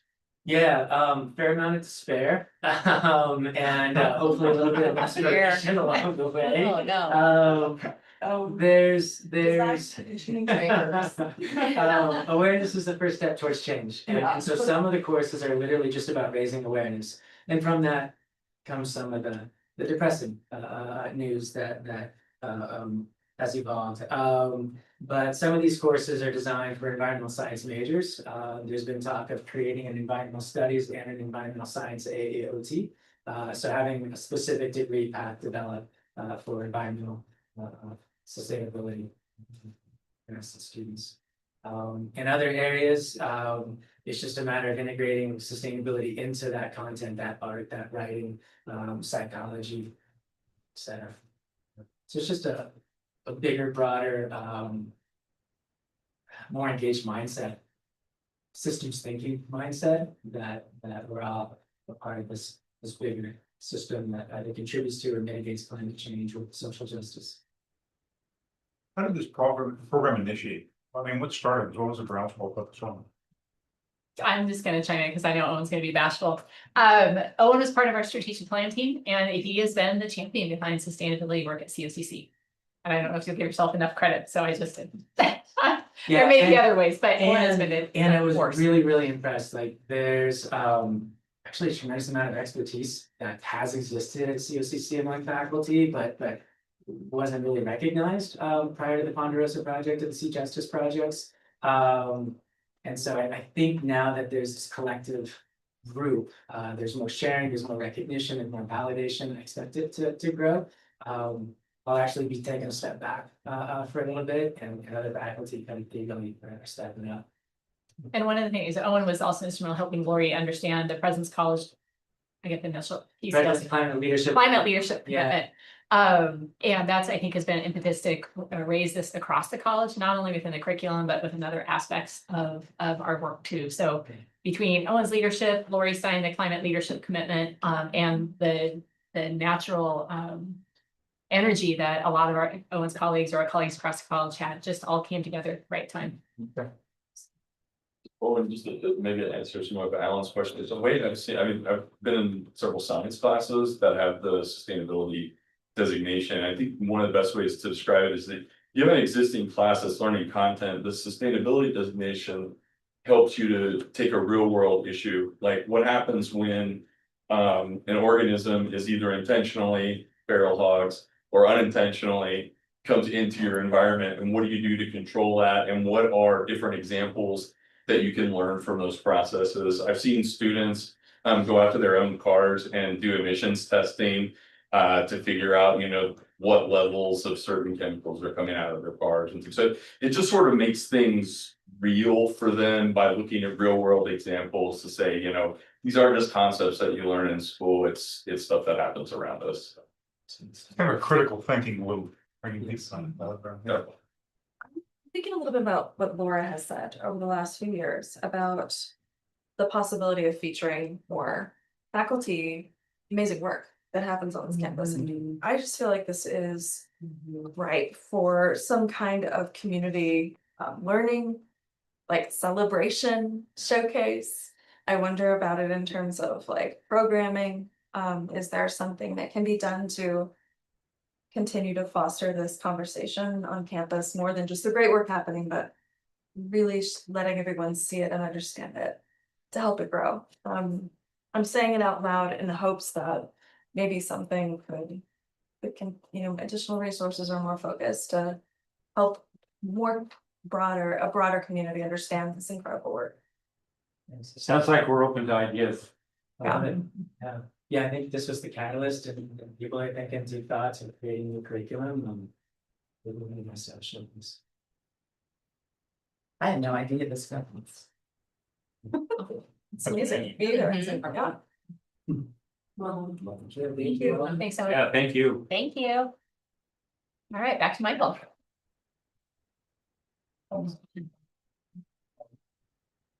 So let's talk upgrade business operations really quick. I've been really excited about this overall project. The group has worked together to basically send out questionnaires to the entire college and get feedback about what needs to be fixed. One of the biggest things that we learned is that there was a lack of training throughout the college on basic things that people do every day. So we continue to do banner training. Argos is the report writer. Banner is our accounting budget system, but now we've expanded it to contracts, campus safety, campus services, sustainability, payroll, benefits, purchasing, travel, and IT. So people have really enjoyed it. Actually, the attendance has increased quite a bit. Then we have budget manager training now, and of course we cover all the accounting stuff. But we also talk about contract, independent contractor, purchasing limits, signing authority, background checks, a lot more information than people have received before. We implemented a programming course fee process that had not been operating for some time. We're really excited about that. So there's a formal process where people determine how much it costs in supplies and other things.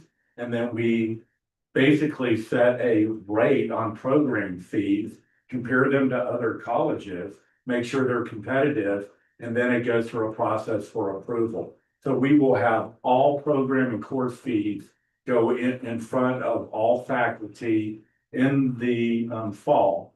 and they will set the new fees, and we'll do that every year. The other thing that we've done is reduce the number of GL accounts. This might be a small thing in your eyes, but we have a gazillion GL accounts. I think that's the right number. And just reducing them will help everybody quite a bit. What's the difference between class supplies and class materials, for example? And then we have a contract portal and contract templates now, which is so cool. Angie Anderson May put that together. She's been getting contracts from all over the school. And they were all different, so we're consolidating those. We have templates available for people now. There's a contract submission form that people will send forward. We have who can sign contracts at different heights. So there's an entire process that continually gets improved all the time. So we're signing contracts we're supposed to, and people aren't signing contracts that they're not supposed to. And all of these contracts have legal review. So this is actually exciting. I'm excited about it. I'm not joking. I'm about to ask you, how do we make sure this keeps happening when you leave? Angie Anderson, that she is the brains behind all of that. So when Charlotte left, Angie took a lot of those responsibilities. And she's been managing it very well and strength. So she'll be here. Laura. All right, thank you. The next one is employee awards, recognition, celebrations, and professional development.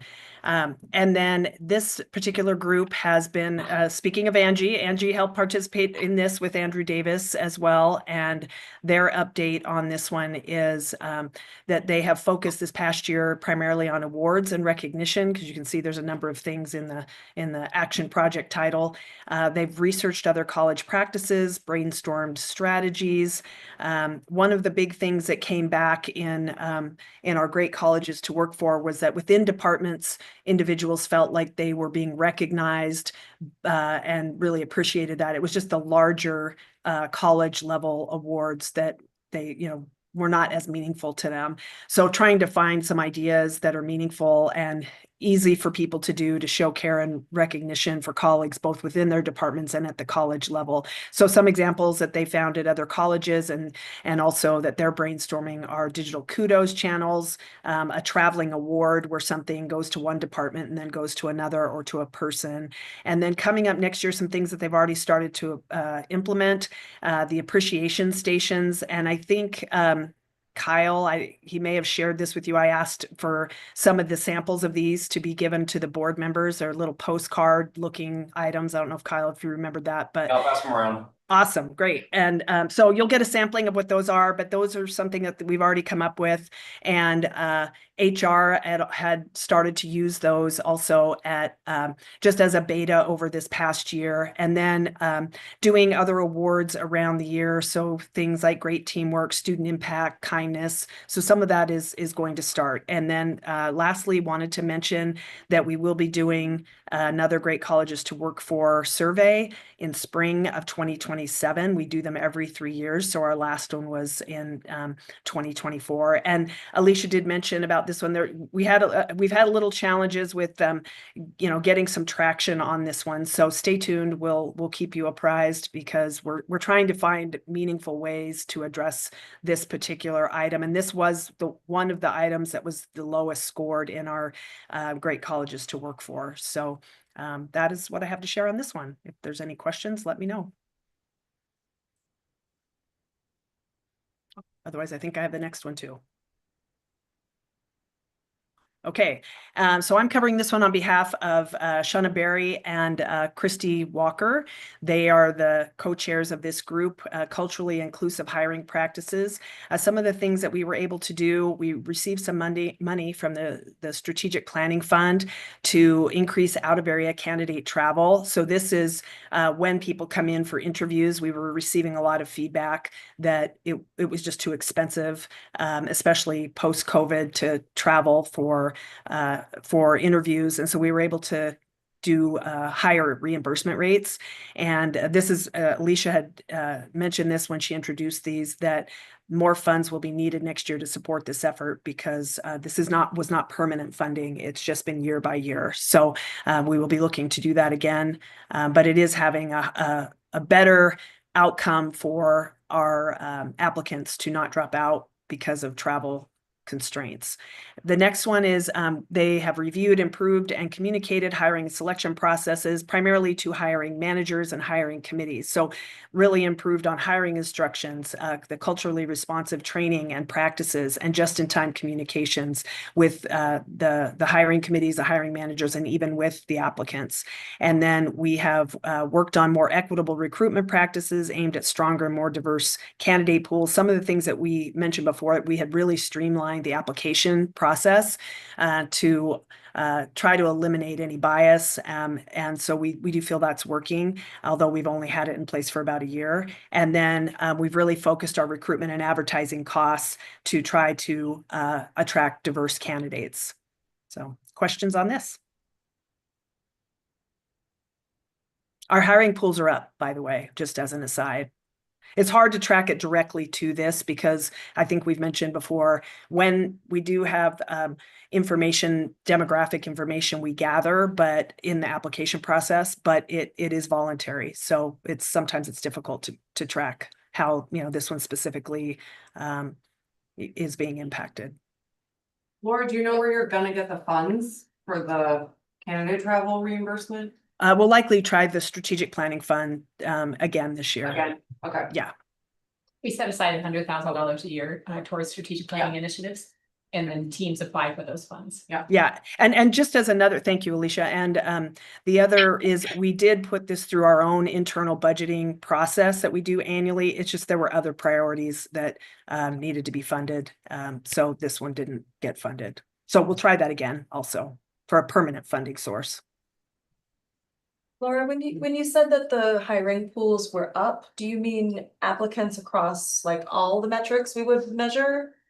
Or in particular, inclusive hiring like goals? I would say that what my comment was related to just total numbers applying to our open applications. So it's not, my comment wasn't specific to cultural, this particular one. This one is, like I said, pretty hard to track because it's voluntary, but overall, we're getting a lot of applicants. I mean, that's always because a variety of things. It's, because the nature of the market, the economy, people are staying more in their positions. But yeah, my comment was specifically related to just overall applicants. And we do track, Erin, on typically in the fall is when we'll pull those numbers as we wrap up hiring for the next academic year. Yeah. Once people have gone through process. Yes. Yeah. Thank you. Other questions? Good Okay. job. Thank you. Thank you, everyone. Appreciate all the support. Yeah, I'd like to take a second, just recognize Kathleen for the amount of training she does with everybody. It's been really incredible. She owns it. Angie has helped out some, but Kathleen has owned that and moved it through. So I just wanted to recommend her. We can light up the lot.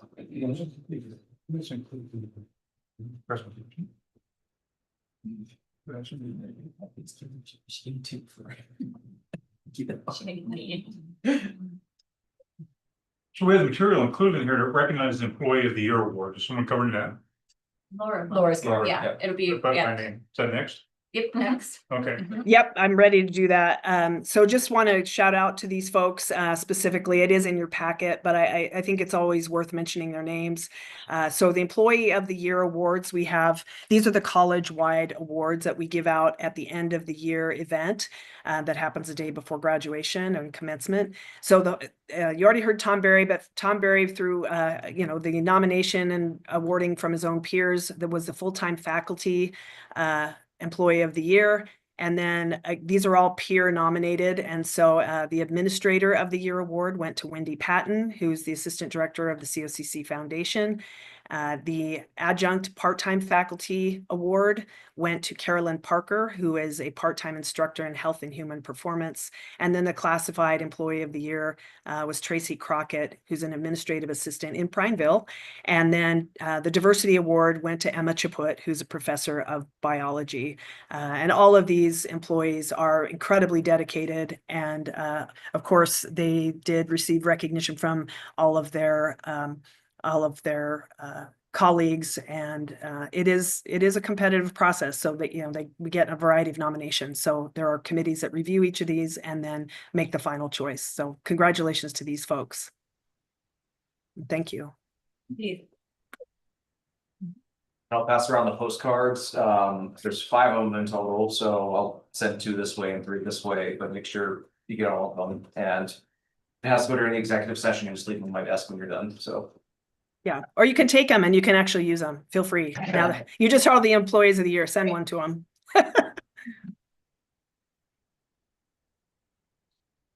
This is actually qualifies as our annual business meeting, which is why we elect a chair and vice chair. And one of the items that's called for in our policies is that the president designate who is their the interim president in their absence. In the event that they always have the ability to make the designation just before they go on vacation or something, but we have a policy on who it is if something happens and the president becomes unavailable. And so this is just Greg satisfying the obligation under our policies to let us know who are the designated individuals and in what order for the coming year. And just real quickly, I'll let you guys know that we are working on, the policy committee is working on an update to our succession policy because there are 3 separate policies on it. We think we might actually be able to make that into 1 policy instead of 3 because it all deals with the same issue of presidential succession. So just a reminder that in our policies, if a president is going to be gone for longer than a month, the board makes the designation of the interim president. So the president can designate someone for a month, but after that period, and that gives the board time to assemble and designate an interim. So that's just an information item, but I couldn't resist sharing details. We like your details. Yes. Thank you. Details are very detailed. Thank you. Mhm. New business. Well, that brings us to the next one, which is proposed revisions to board policies. Okay, so we have been really busy. I do want to commend our committee, Erica and Aaron Emmers. We have been meeting like twice a month, and also Kyle and Greg, and then recently Michael and Alicia have been helping us too. As y'all know, we adopted all the policies earlier that were required by the state, and thanks to Alicia for putting that together. I know it was on the consent agenda, but she took the laboring oar, which is great because she understands that stuff a lot better than we do in a granular level. So we had asked Michael to adopt a policy, or Michael had suggested somehow it came out of our budget committee meetings and also the real estate committee meetings that we've had, that we really want to have some policies on our deferred maintenance and our capital facilities more broadly. And so Michael helped us draft a policy that we were discussing in the policy review committee, and then Greg, I think it was, pointed out that maybe it ought to be under asset protection because it's all part and parcel of the same thing. It has to do with preserving our assets, and of course the physical assets that we have are some of the biggest investments that we have financially. And so this BEP 4 represents a modification of the asset protection policy that we had previously adopted, being revised to include components about preservation and management and deferred maintenance of our capital assets. So Michael did a great job. We spent a decent amount of time talking about it at a couple of meetings in the policy committee meeting, or in our meetings of the policy committee, and we recommend to the board that we do a first read on this today. Michael. Can I also point out that there was a couple of changes in items 5 and 6 related to purchasing authority of the president? Previously, we said in the policy, or you said in this policy, that the president has to get board approval for anything $100,000 or over. And the change to this policy now says it refers to the Central Oregon Community College Rules of Procurement, which states a number, which is currently 250,000. So rather than change the number in our policy every time, we just refer to the Central Oregon Community College Rules of Procurement. I think I mentioned that at a previous board meeting. And there was also a change to 6. And we're just gonna use the acronym instead of spelling out what CCRP means. Thanks, Michael. That's really helpful. And out of this discussion also, we have started updating all of our policies when if you look at the very beginning of this policy, it says the president must. But we said the president or the designee because the president, then Greg brought this up, he doesn't do these things by himself. So it's usually committees and such. So anyway, that's that other change. But I think Michael did a great job of looking at some other policies, sort of model policies of other colleges and just general facilities plan policies and came up with this. So I have also written the administrative rules and also a dashboard for the budget committee and the board to see every year. So that you can see how every building is rated, what the priority of deferred maintenance is, what our plan for deferred maintenance spending is, and where the funding is coming from. So that should help study that. because he is an overachiever. But I'm really grateful because I think you've helped us get a lot of our systems in place and structurally incorporating things that we want to do into our systems so that we don't forget to do them. And we're going to be updated on facilities every year, and it'll go to the real estate committee first. So please, somebody make a motion for first read. Oh, we don't need it for first read, do we? No, you do. You do, we have to vote on it. Well, no, first reading? So I thought it's I just was looking at this today for a different reason, and so. It's a little confusing because your rules are kind of confusing, your shared governance manual, but basically. You're voting to move it to the second reading. So we need a motion. Okay, so someone make a motion. So moved. Second. Yeah, we're doing There it. we Look go. at, I get to vote. I get to move again. For discussion. Yeah. Any further discussion? Hearing none, all in favor of moving to second reading? I Thank you. Thank you, Paul. First I've heard of that. Bring in the value Right. Yeah. every day. Board of Directors operation.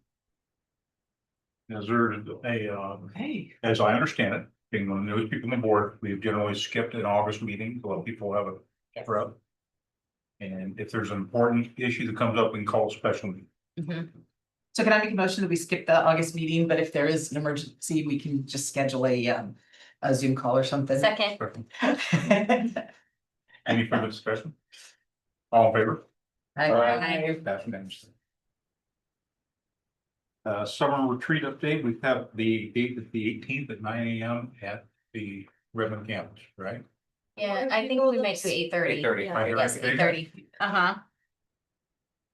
So we'll all be there because I can make it now, since we're doing it a little bit earlier, I'll be done. It's close. It's my wedding, Let's do it. not my wedding.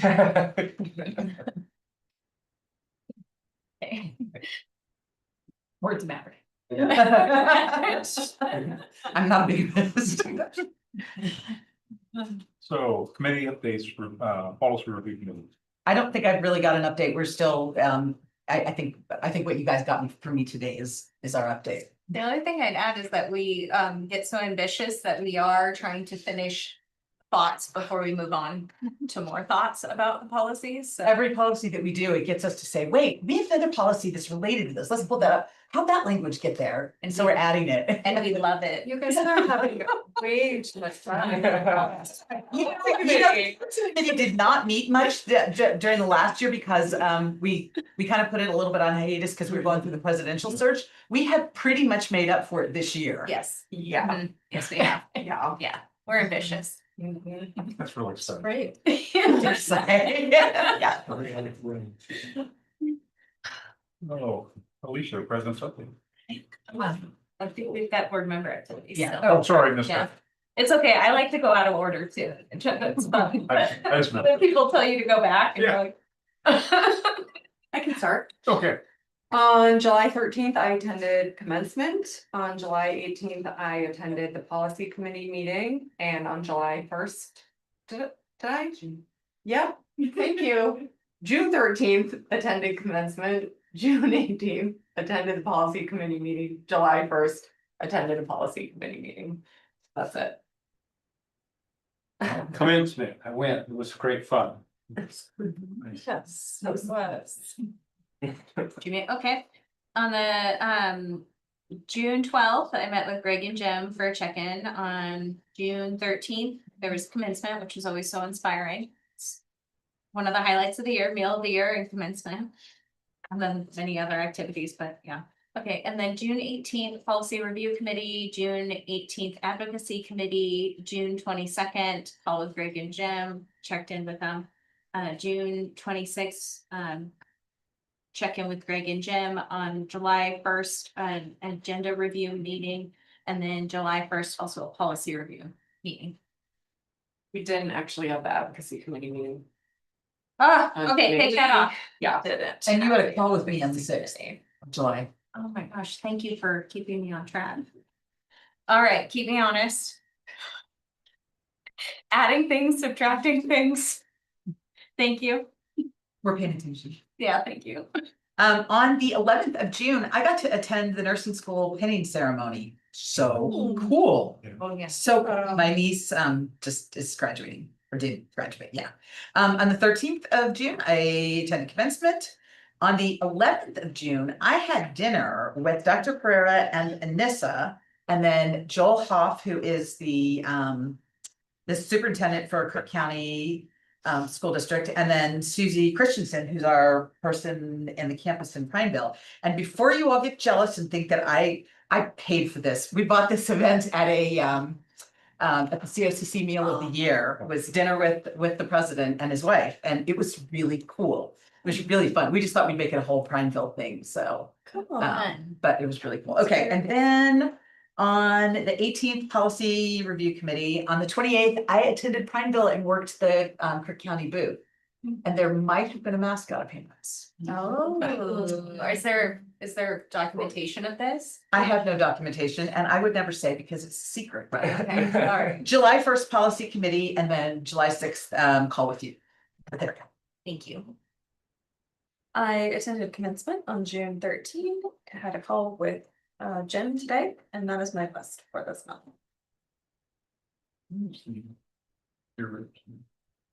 Oh, Yeah. your age, Before the last. Oh, before it. The last, yeah, right. before the meeting.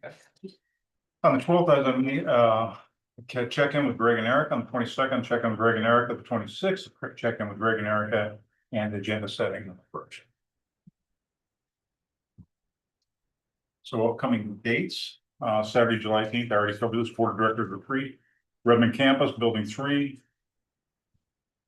Room 306, 8:30 a.m. to 1, Wednesday, August 12th, Board of Directors meeting here, 5:45. If necessary, no, wait, we're not doing that. I mean, track that, we just voted not to do that. Yep. Okay, Wednesday, September 9th, Board of Directors meeting at the Prineville campus. And if I may include, I neglected to include the committee meetings coming up. Sure. Thursday, July 16th, policy review committee at 2 p.m. via Zoom. Friday, July 17th, advocacy committee meeting at 10 a.m. via Zoom. And Monday, July 20th, real estate committee meeting at 3 p.m. via Zoom. Thank What you. is it, July 20th? Yes. Oops. Thank you. At noon. And Jim, put back the president's report too. Yeah, president's report. That's great. Good with president's report? Okay, Pacific time. we're on an adventure in this agenda. That's right. Let's go for it. I We, apologize. we want to be able to tell Greg we kind of messed up some things because he was gone. Yeah. No, and then we can It's his fault. No, it's his fault. No, it's his fault. Just don't blame me. Yeah, a couple updates on behalf of Greg and the VPs. You mentioned commencement in one way, shape, or form. We did have 857 students graduate this year, 306 who participated in our commencement ceremony. I want to give a huge shout out to Tyler Hayes, who is our Dean of Enrollment Management, who's one of the primary leads for commencement. But it did take 75 faculty and staff volunteers from across the college to pull off that event. Wow. So I had about a total of 1,500 guests with us too. So it was a great day. Shortly after that, we had our annual summer symposiums for students who participate in our cultural college prep programs in high schools. And so that's for our Latinx, Native American, Afrocentric programs. And we added a track this year for our 2S LGBTQIA plus students as well, for a total of 59 students on campus for 5 days and 4 nights. So absolutely fabulous event. Half the day is spent with our faculty and some educational journeys. And the other half of the day is spent both doing cultural appreciation, special project planning that they do as their course of their time here. And then some team building and group bonding type of activities. It was a great event for a series of events. In higher ed, we have this thing called accreditation, right? And in the Northwest, we're on a 7-year cycle. So our last big visit was in 2020. And then we did a mid-cycle visit, which is kind of just a check-in. It's not an accountability one, but helps get coaching to schools along the way in 2023. And then this year, we had something, I can never remember what it stands for. It's called the Policy, Regulations, and Financial Review process. And that's an offsite evaluation. We submit a written report. And it's a lot of the perfunctory stuff. That is, do you have this? Do you do that? That kind of thing. To give you an idea, a visit I just chaired for someone for their cumulative visit, they had 5 findings from their preferred policy review visit. With Anne Marie's leadership and folks from across the college, we had none. So Hey. so then that'll set us up well then for our full visit this upcoming spring, and you'll hear more about this out of Walls. So that's a huge step. Speaking of looking behind me over here, I also want to introduce Grant Ermis. Grant is our newest instructional dean, predominantly with healthcare programs, right? Anything, Emery, you want to share real quick? Otherwise, just to say hi and welcome. I'll just mention that Grant came and spent a couple of days with Julie Downing in the spring, and I've never seen someone get on board and working so quickly when he then arrived. He's been very impressive in the way he just absorbs information and gets to know people in programs very quickly. And I'm really looking forward to working. Welcome, Grant. And then finally, we want to give you an update on the Zama Gym and the challenges we've had with our trusses. As you know, we had a consultant who came in and did inspection of those trusses. And because of some structural deficiencies in those, I need to contract with someone to do some reinforcement with some steel plating around those trusses. Given the nature of that, we did invoke for lack of a better word, our emergency procurement process and awarded a contract for, Michael, is it 1.9 million to SunWest Builders? About 1 something with SunWest, and then there's soft costs. Soft costs attached to Up that. to 1.9, including contingency of 25%. So that on-site work, or that off-site work is starting now, with on-site work starting in mid-September through December. We did the full college announcement today to all employees to say that the north half of the building will be closed during fall quarter. Andrew Davis, who has lead from Zama Operations, and Grant and Tony, who had lead for our health and human performance classes, are leading a team over the next couple of weeks to talk about how do we reassign classes, where do we move one of the fitness centers, what do we do for all the different activities and events that are in there. So when we have those details, we will share those with all employees as well as with students. But in line with our emergency procurement procedures, because we did have to sign that contract to get this going, those procedures require us to share that announcement here with the board and any feedback that you might have. So that's a really high level discussion of it, and Michael is happy to answer any questions on that. Thanks. Yeah. For that. So, questions or thoughts, feedback? Michael did bring together a really big cross-discipline team. Gosh, there were probably 12 of us on the call yesterday, day before, to look at everything from communications, operational impacts, the whole package, and we have a pretty detailed plan going forward on how we will address all the different issues that were with that. Anne Marie was part of it, Zach, Michael, myself, Andrew, Tony, Grant, and then Lucas, several others were involved. And where did we get $1.9 million? Michael, you want to talk about where the 1.9 came from? It's the hard bid from SunWest of about 1 million. Oh, no, where are we getting the real cash We're coming going from? to, How are we gonna pay our bill? we're going to have to use a lot of the non-general fund balances, which are getting very low. So I'm guessing we're gonna see a budget amendment? You will. Yes. The largest of those came from the food service and the residence hall operating funds. So when we talk about building those funds up to help support the college over time, this is a great example of one that can step. I remember the early years right after we started the residence hall, and we did not have great occupancy initially, and we're like, eventually this is gonna make money for us. Did by year 2, yeah. Were there any other buildings, Michael, that have trust problems, or was this the only one? It's, other ones did, but they're not significant, so we can do minor repairs to those. But this one is, if you get 12 inches of snow or more, or 80 miles per hour winds or more, then it can collapse. So we had to do something quickly. And have it done by snowfall, hopefully. Surprise. Aging infrastructure. Yeah. If we get 12 inches of, actually, we've been out here when we received heavy rains and winds and just monitored how it was actually performing, making sure it drained properly and everything. Just recently, so we will monitor that, or somebody will for that. So we will close it if we have to.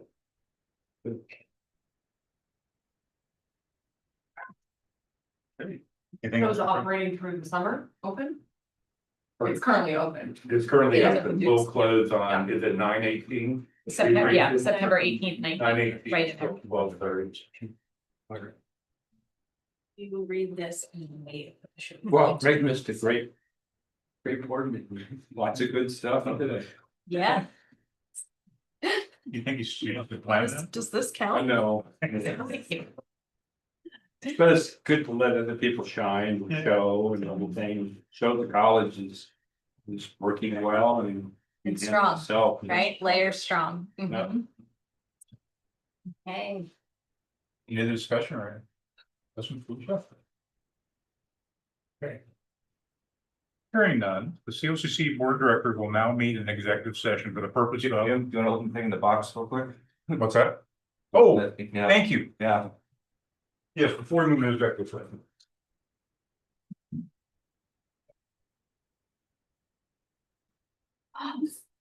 Thank you.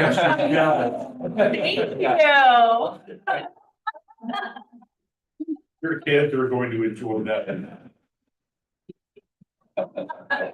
Awesome, thank you. Appreciate your hard work all this year.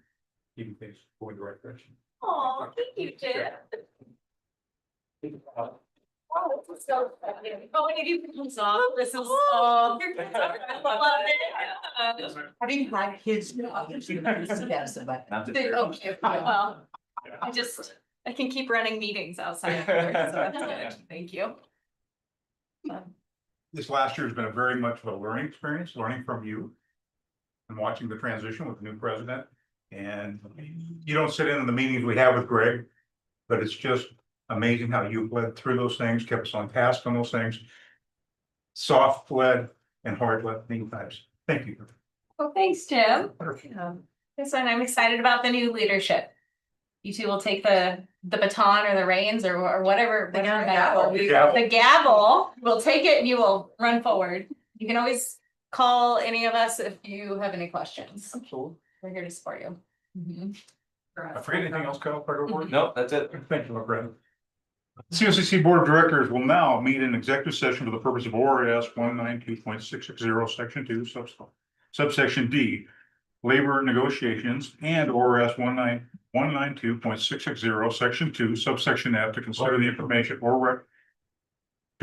information or records that are exempt by law from public inspection. Representatives of the news and designated staff shall be allowed to attend the executive section. All other members of the audience are asked to leave the room. Representatives of the news media are specifically directed not to report on any of the deliberations during the executive session, except to state the general subjects of the session as previously announced. At the end of this, we won't come back out. Yep. We will. At the end of the session, the executive session, the board will meet to adjourn. No, we'll just adjourn. Just adjourn. We're just done, yeah. Mhm. Yeah, there's. And then you can, we're in it. Oh, okay, so executive I know, it's gotta be, I like a full camera, yes. Well, I've got my own now. We take like a 5-minute break when we start or something? Yes, a big. If anyone wants a keychain, I'm just gonna leave them here, so. I'm so excited. How was he? He's good. Yeah, he's great. You came to the event as part of the big session. You're not. Present. Oh, yeah, yeah. I didn't pull him off. Just look around, if you're good, He's a big fan. Yeah. No, he's great. Everybody's great. Yeah. So. He's a good one. The one you gave me plus 3 more. Oh, that's awesome. Yeah. Thank you. See, you understood that sign. Oh, yeah. That was sure to get You more. want those? Yes. I-